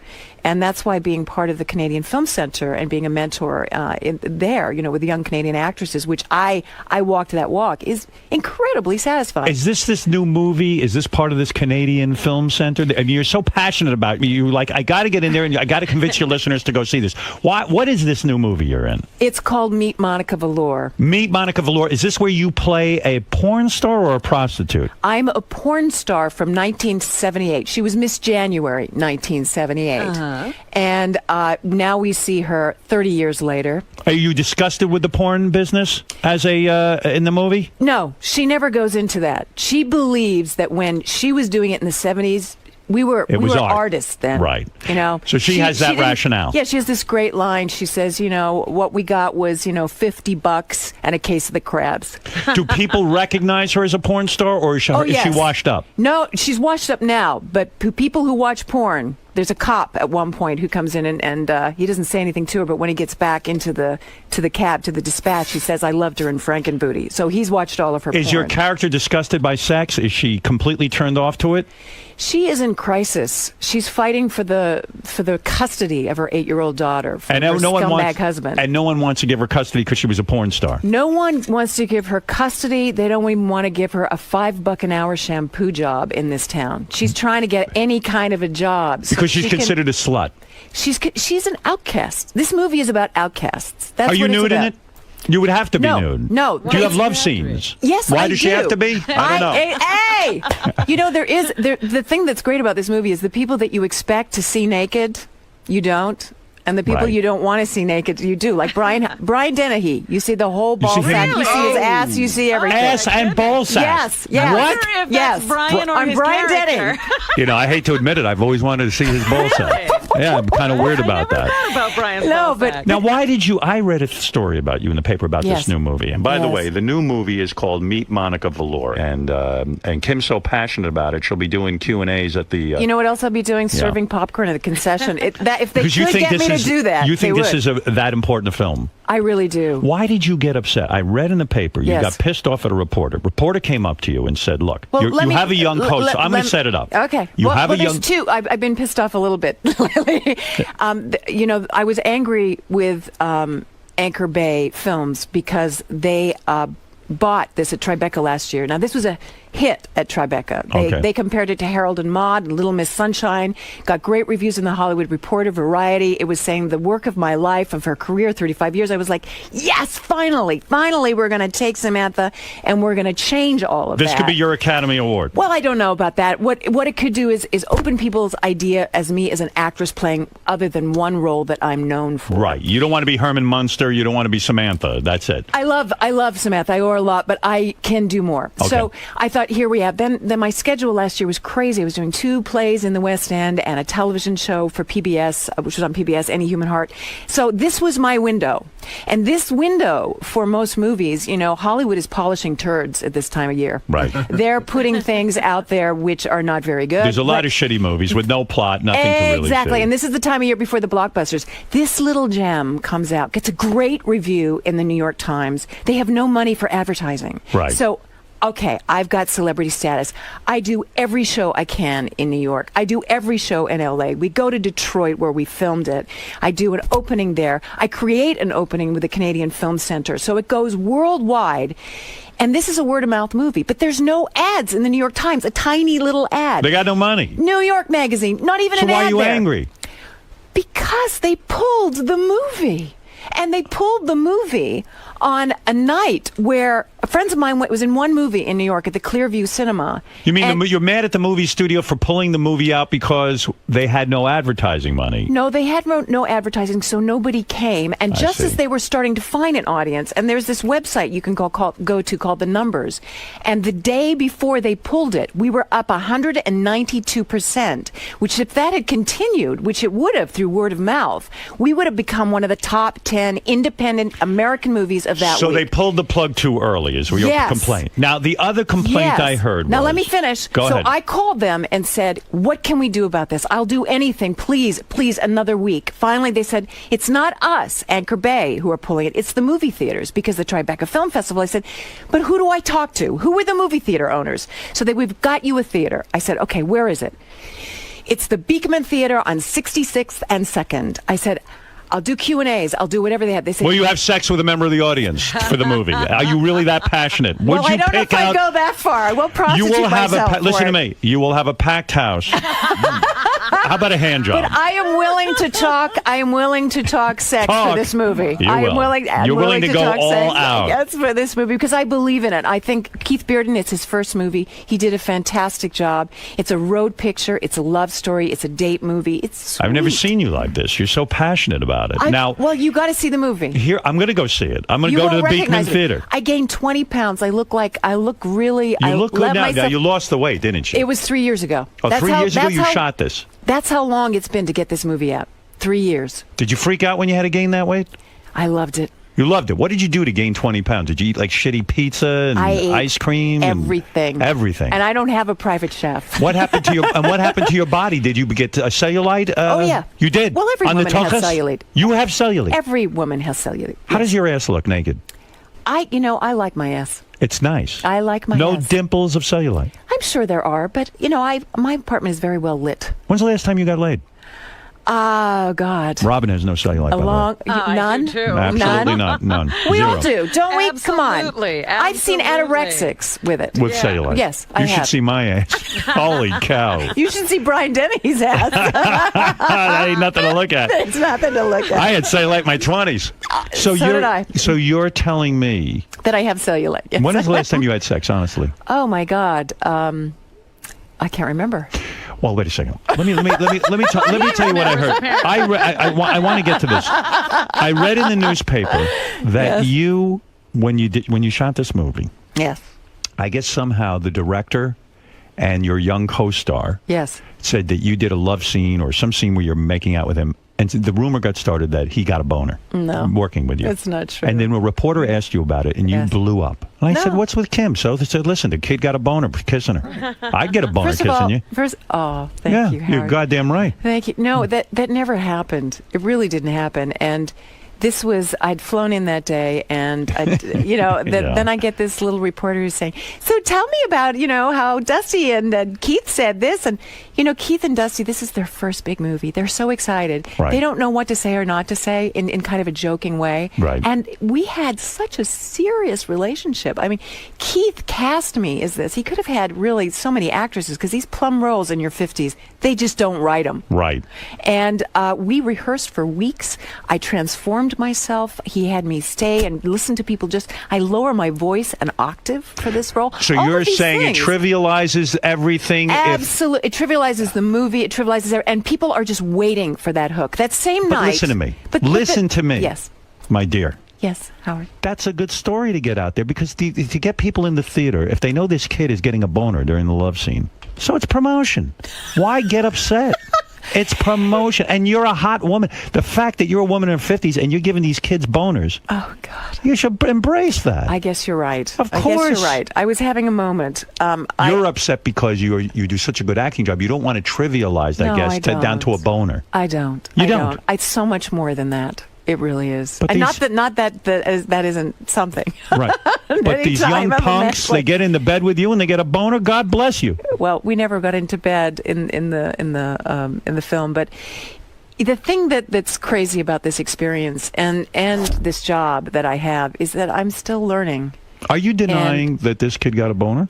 Is that what you're saying? I was No. You wouldn't know. He was a born again Christian when we worked. He's no longer a born again Christian. You ruined That him. ruined it? No. I said to him, I think you might want to rethink the not ever having sex before you get married idea. Yeah. And he did, and he's out there dating now. He But is. when I met him, he was just this. He's home taught. He's very naive. So if the kid says he got a boner, then it's probably true. But I don't the think he question is did. to whether he said it, Howard. I think he said it as a joke. Howard. Oh, you do? I do. He doesn't need to be joking on your time. in other words. Not really. Okay, Not really. I understand. Not really. So you were sensitive about it. I was, because I think that film is so much more than that. I really do. I mean, it is about sex. It's about people who've been sexualized and marginalized, and they're outcasts. Can you relate to this character as an actress? When you got to Hollywood as a young woman, were you ever molested or attempted? Was there ever an attempt at molesting you for a casting couch thing? Yeah. Yes. That directors would throw you down on a couch and say, "Give me your." No, it wasn't as obvious as that. It was. I remember coming to Hollywood to test for Elia Kazan for The Last Tycoon. This was years ago. And a man called Sam Spiegel, who did films like On the Waterfront, he was a huge producer and incredibly gross. And he looked like a lizard, Right. And I remember coming to the Paramount lot. They flew me from Vancouver Island. I was so excited. And I just graduated from theater school. I'd done one film with Otto Preminger, a terrible film called Rosebud. And this was going to be my thing. I was meeting the great Elia Kazan. Right. And I auditioned for him, and he went, "That's terrific. Now I want you to go in and audition for Sam Spiegel." So I auditioned for him, and he was sitting behind a huge desk, sort of like this, and he said, "Come here." And I thought, oh, well, I guess he wants to see my face, to see if I, photograph well or something. I was literally 18 years old. Oh, God. And he came towards me, put his hands behind me, and pushed me towards him and tried to put his tongue in my mouth. And he was in his 70s at that point, and I literally went, "Bah, bah, bah, bah, bah," and I ran out of the room. And this was the Hollywood moment. I got into my car because my agent at the time had driven me to Paramount Studios. I didn't know how to drive at that time. I sat next to her, and I told her what happened, and she said, "So what did you do?" Like, I didn't play into it. Oh, my God. That makes me so sad. It makes me so sad, too. I mean, I'm thinking of you as an 18-year-old girl. You're full of hope. Oh. You get your big audition. You go in there, and you're auditioning your heart out. And meanwhile, all this guy's thinking about, I'm going to jam my tongue down this chick's throat. And then an invitation to go up to San Francisco with him. Even after that. Even after that. And I just thought, you know what, I can't. What do you want to give up at that point? Because if it's all based on that, and you're 18 years old, it just looks bleak, doesn't it? It does. It does. How do you persevere through something like that? Well, I really categorized that as that person and thought that exists, and knowledge is power at any age, at any time in your life. And I thought, I'm never going to be in a situation where I don't have anybody with me. Mm-hmm. But were you shy to audition again? Like was it the thought in the back of your mind, oh, these guys just want to fuck me and that's it? I mean, that's what it's all about. Yeah. No, I felt that I was a contract player at Universal Studios, and they knew about what had happened shortly after that, and I felt protected by the company. I came up with Sharon Glass and Jamie Lee Curtis. We were all young actresses at the Universal Studios, last contract players in the system. Right. And I felt so much. Contract player means you were signed to a studio for 7 years of your life. Yeah. And you only work for them. Only for them. Isn't that must have driven you nuts? Because when you would get offered roles, but it's kind of a beautiful thing too, because you're guaranteed work. Exactly. And I had a big, huge student loan over my head, and I had to pay that student loan. Are you a multimillionaire at this point? No. You're not? No. Even after Sex in the City? No, I'm not multi. I'm okay for the rest of my life if I'm smart. I'm going to guess your net worth is about $10 to $15 million. Am I close? Well, that would be a multi-millionaire. That's right. Yeah, I guess with my properties, yeah, I guess so. But I have mortgages, and I help. So you have to be careful. You don't live the lifestyle. No. You can't go in and buy the latest Birkin bag, right? I don't want to. You don't want a Birkin bag? No, I don't ever want a Birkin bag, ever. Does it bother you that Sarah Jessica Parker's 20 times more wealthy than you? You know what? I still got more left in me. Who knows what I can do? You do. You never look better. I swear to God. I don't know what you're doing. What are you doing? Abstinence. You're not getting operated on? I don't even think you're pulled back or anything. Are you? No. You don't have any Botox, nothing? I have Botox right here. You do? I do, right You here. look terrific. Thank you. You look natural. You don't look Thank like one of you. these whacked out broads all pulled back with But the duck you know, lips. That's very easy for you to say, Howard, but I have to say I have a lot of sympathy for women because where do we age in this country? You know, you grow up with people like me, and as we start to age, people, you know, they have this age rage thing. I go on the internet some lonely nights and I read an article and I think, oh, that's good. I like what the reporter's done. And then people have their comments, and some of them are, why doesn't this old hag go away? Right, like go off like the Indians used to send you off the tribe and then just go out and die in the woods. Exactly. And that was happening when I was in my 40s, and now I'm in my 50s. It's rageful. And these people can say it because you don't see their face. Is it the hardest thing? I mean, you probably see like a woman in her 20s. You can't be. You're funny. You're delightful. You walk into a room, guys are grabbing you, trying to tongue you, take you away, and then as you get older and older and older, watching that sort of reaction not happen has got to be maddening. Oh no, I still get that reaction. Oh, you do. Oh, you look good. Thanks. I think it's that, but it's also the feeling of this predator, you know, in the room of Samantha. And after a while, people relax. But, you know, people are looking at my face to see if I've had work done. They're not Right. listening to what I'm saying. Or they're thinking, I haven't heard a word "Oh." you said. You know who you're looking like? Who? You look. I never realized you look like Michelle Pfeiffer. Oh, my God. Look Michelle. at you. I She love just the said all Michelle of her Pfeiffer. roles went to Michelle. You know, you do though. Yeah. No, we do. We do. She's got different lips than I do. She has like more of those open lips. So you haven't been with a man in a long time, huh? No, I've been single. I've been concentrating on my work. And when you say lonely nights, what do? You're on the computer all night? Sometimes I like to write. I like to read. That's what you're doing? I'm reading. Yeah, I'm reading a great book right now by Michael Cunningham. What do you do to get the poison out? You know, I take care of myself. Vibrator, huh? I take care of myself in many ways. Robin uses a rack of vibrators. Oh, here we go. Talk to her about it. All right, listen to me. Tim Cottrell is in a movie. You know the reason what? I want to know what happened to that agent who was like, well, what was your reaction?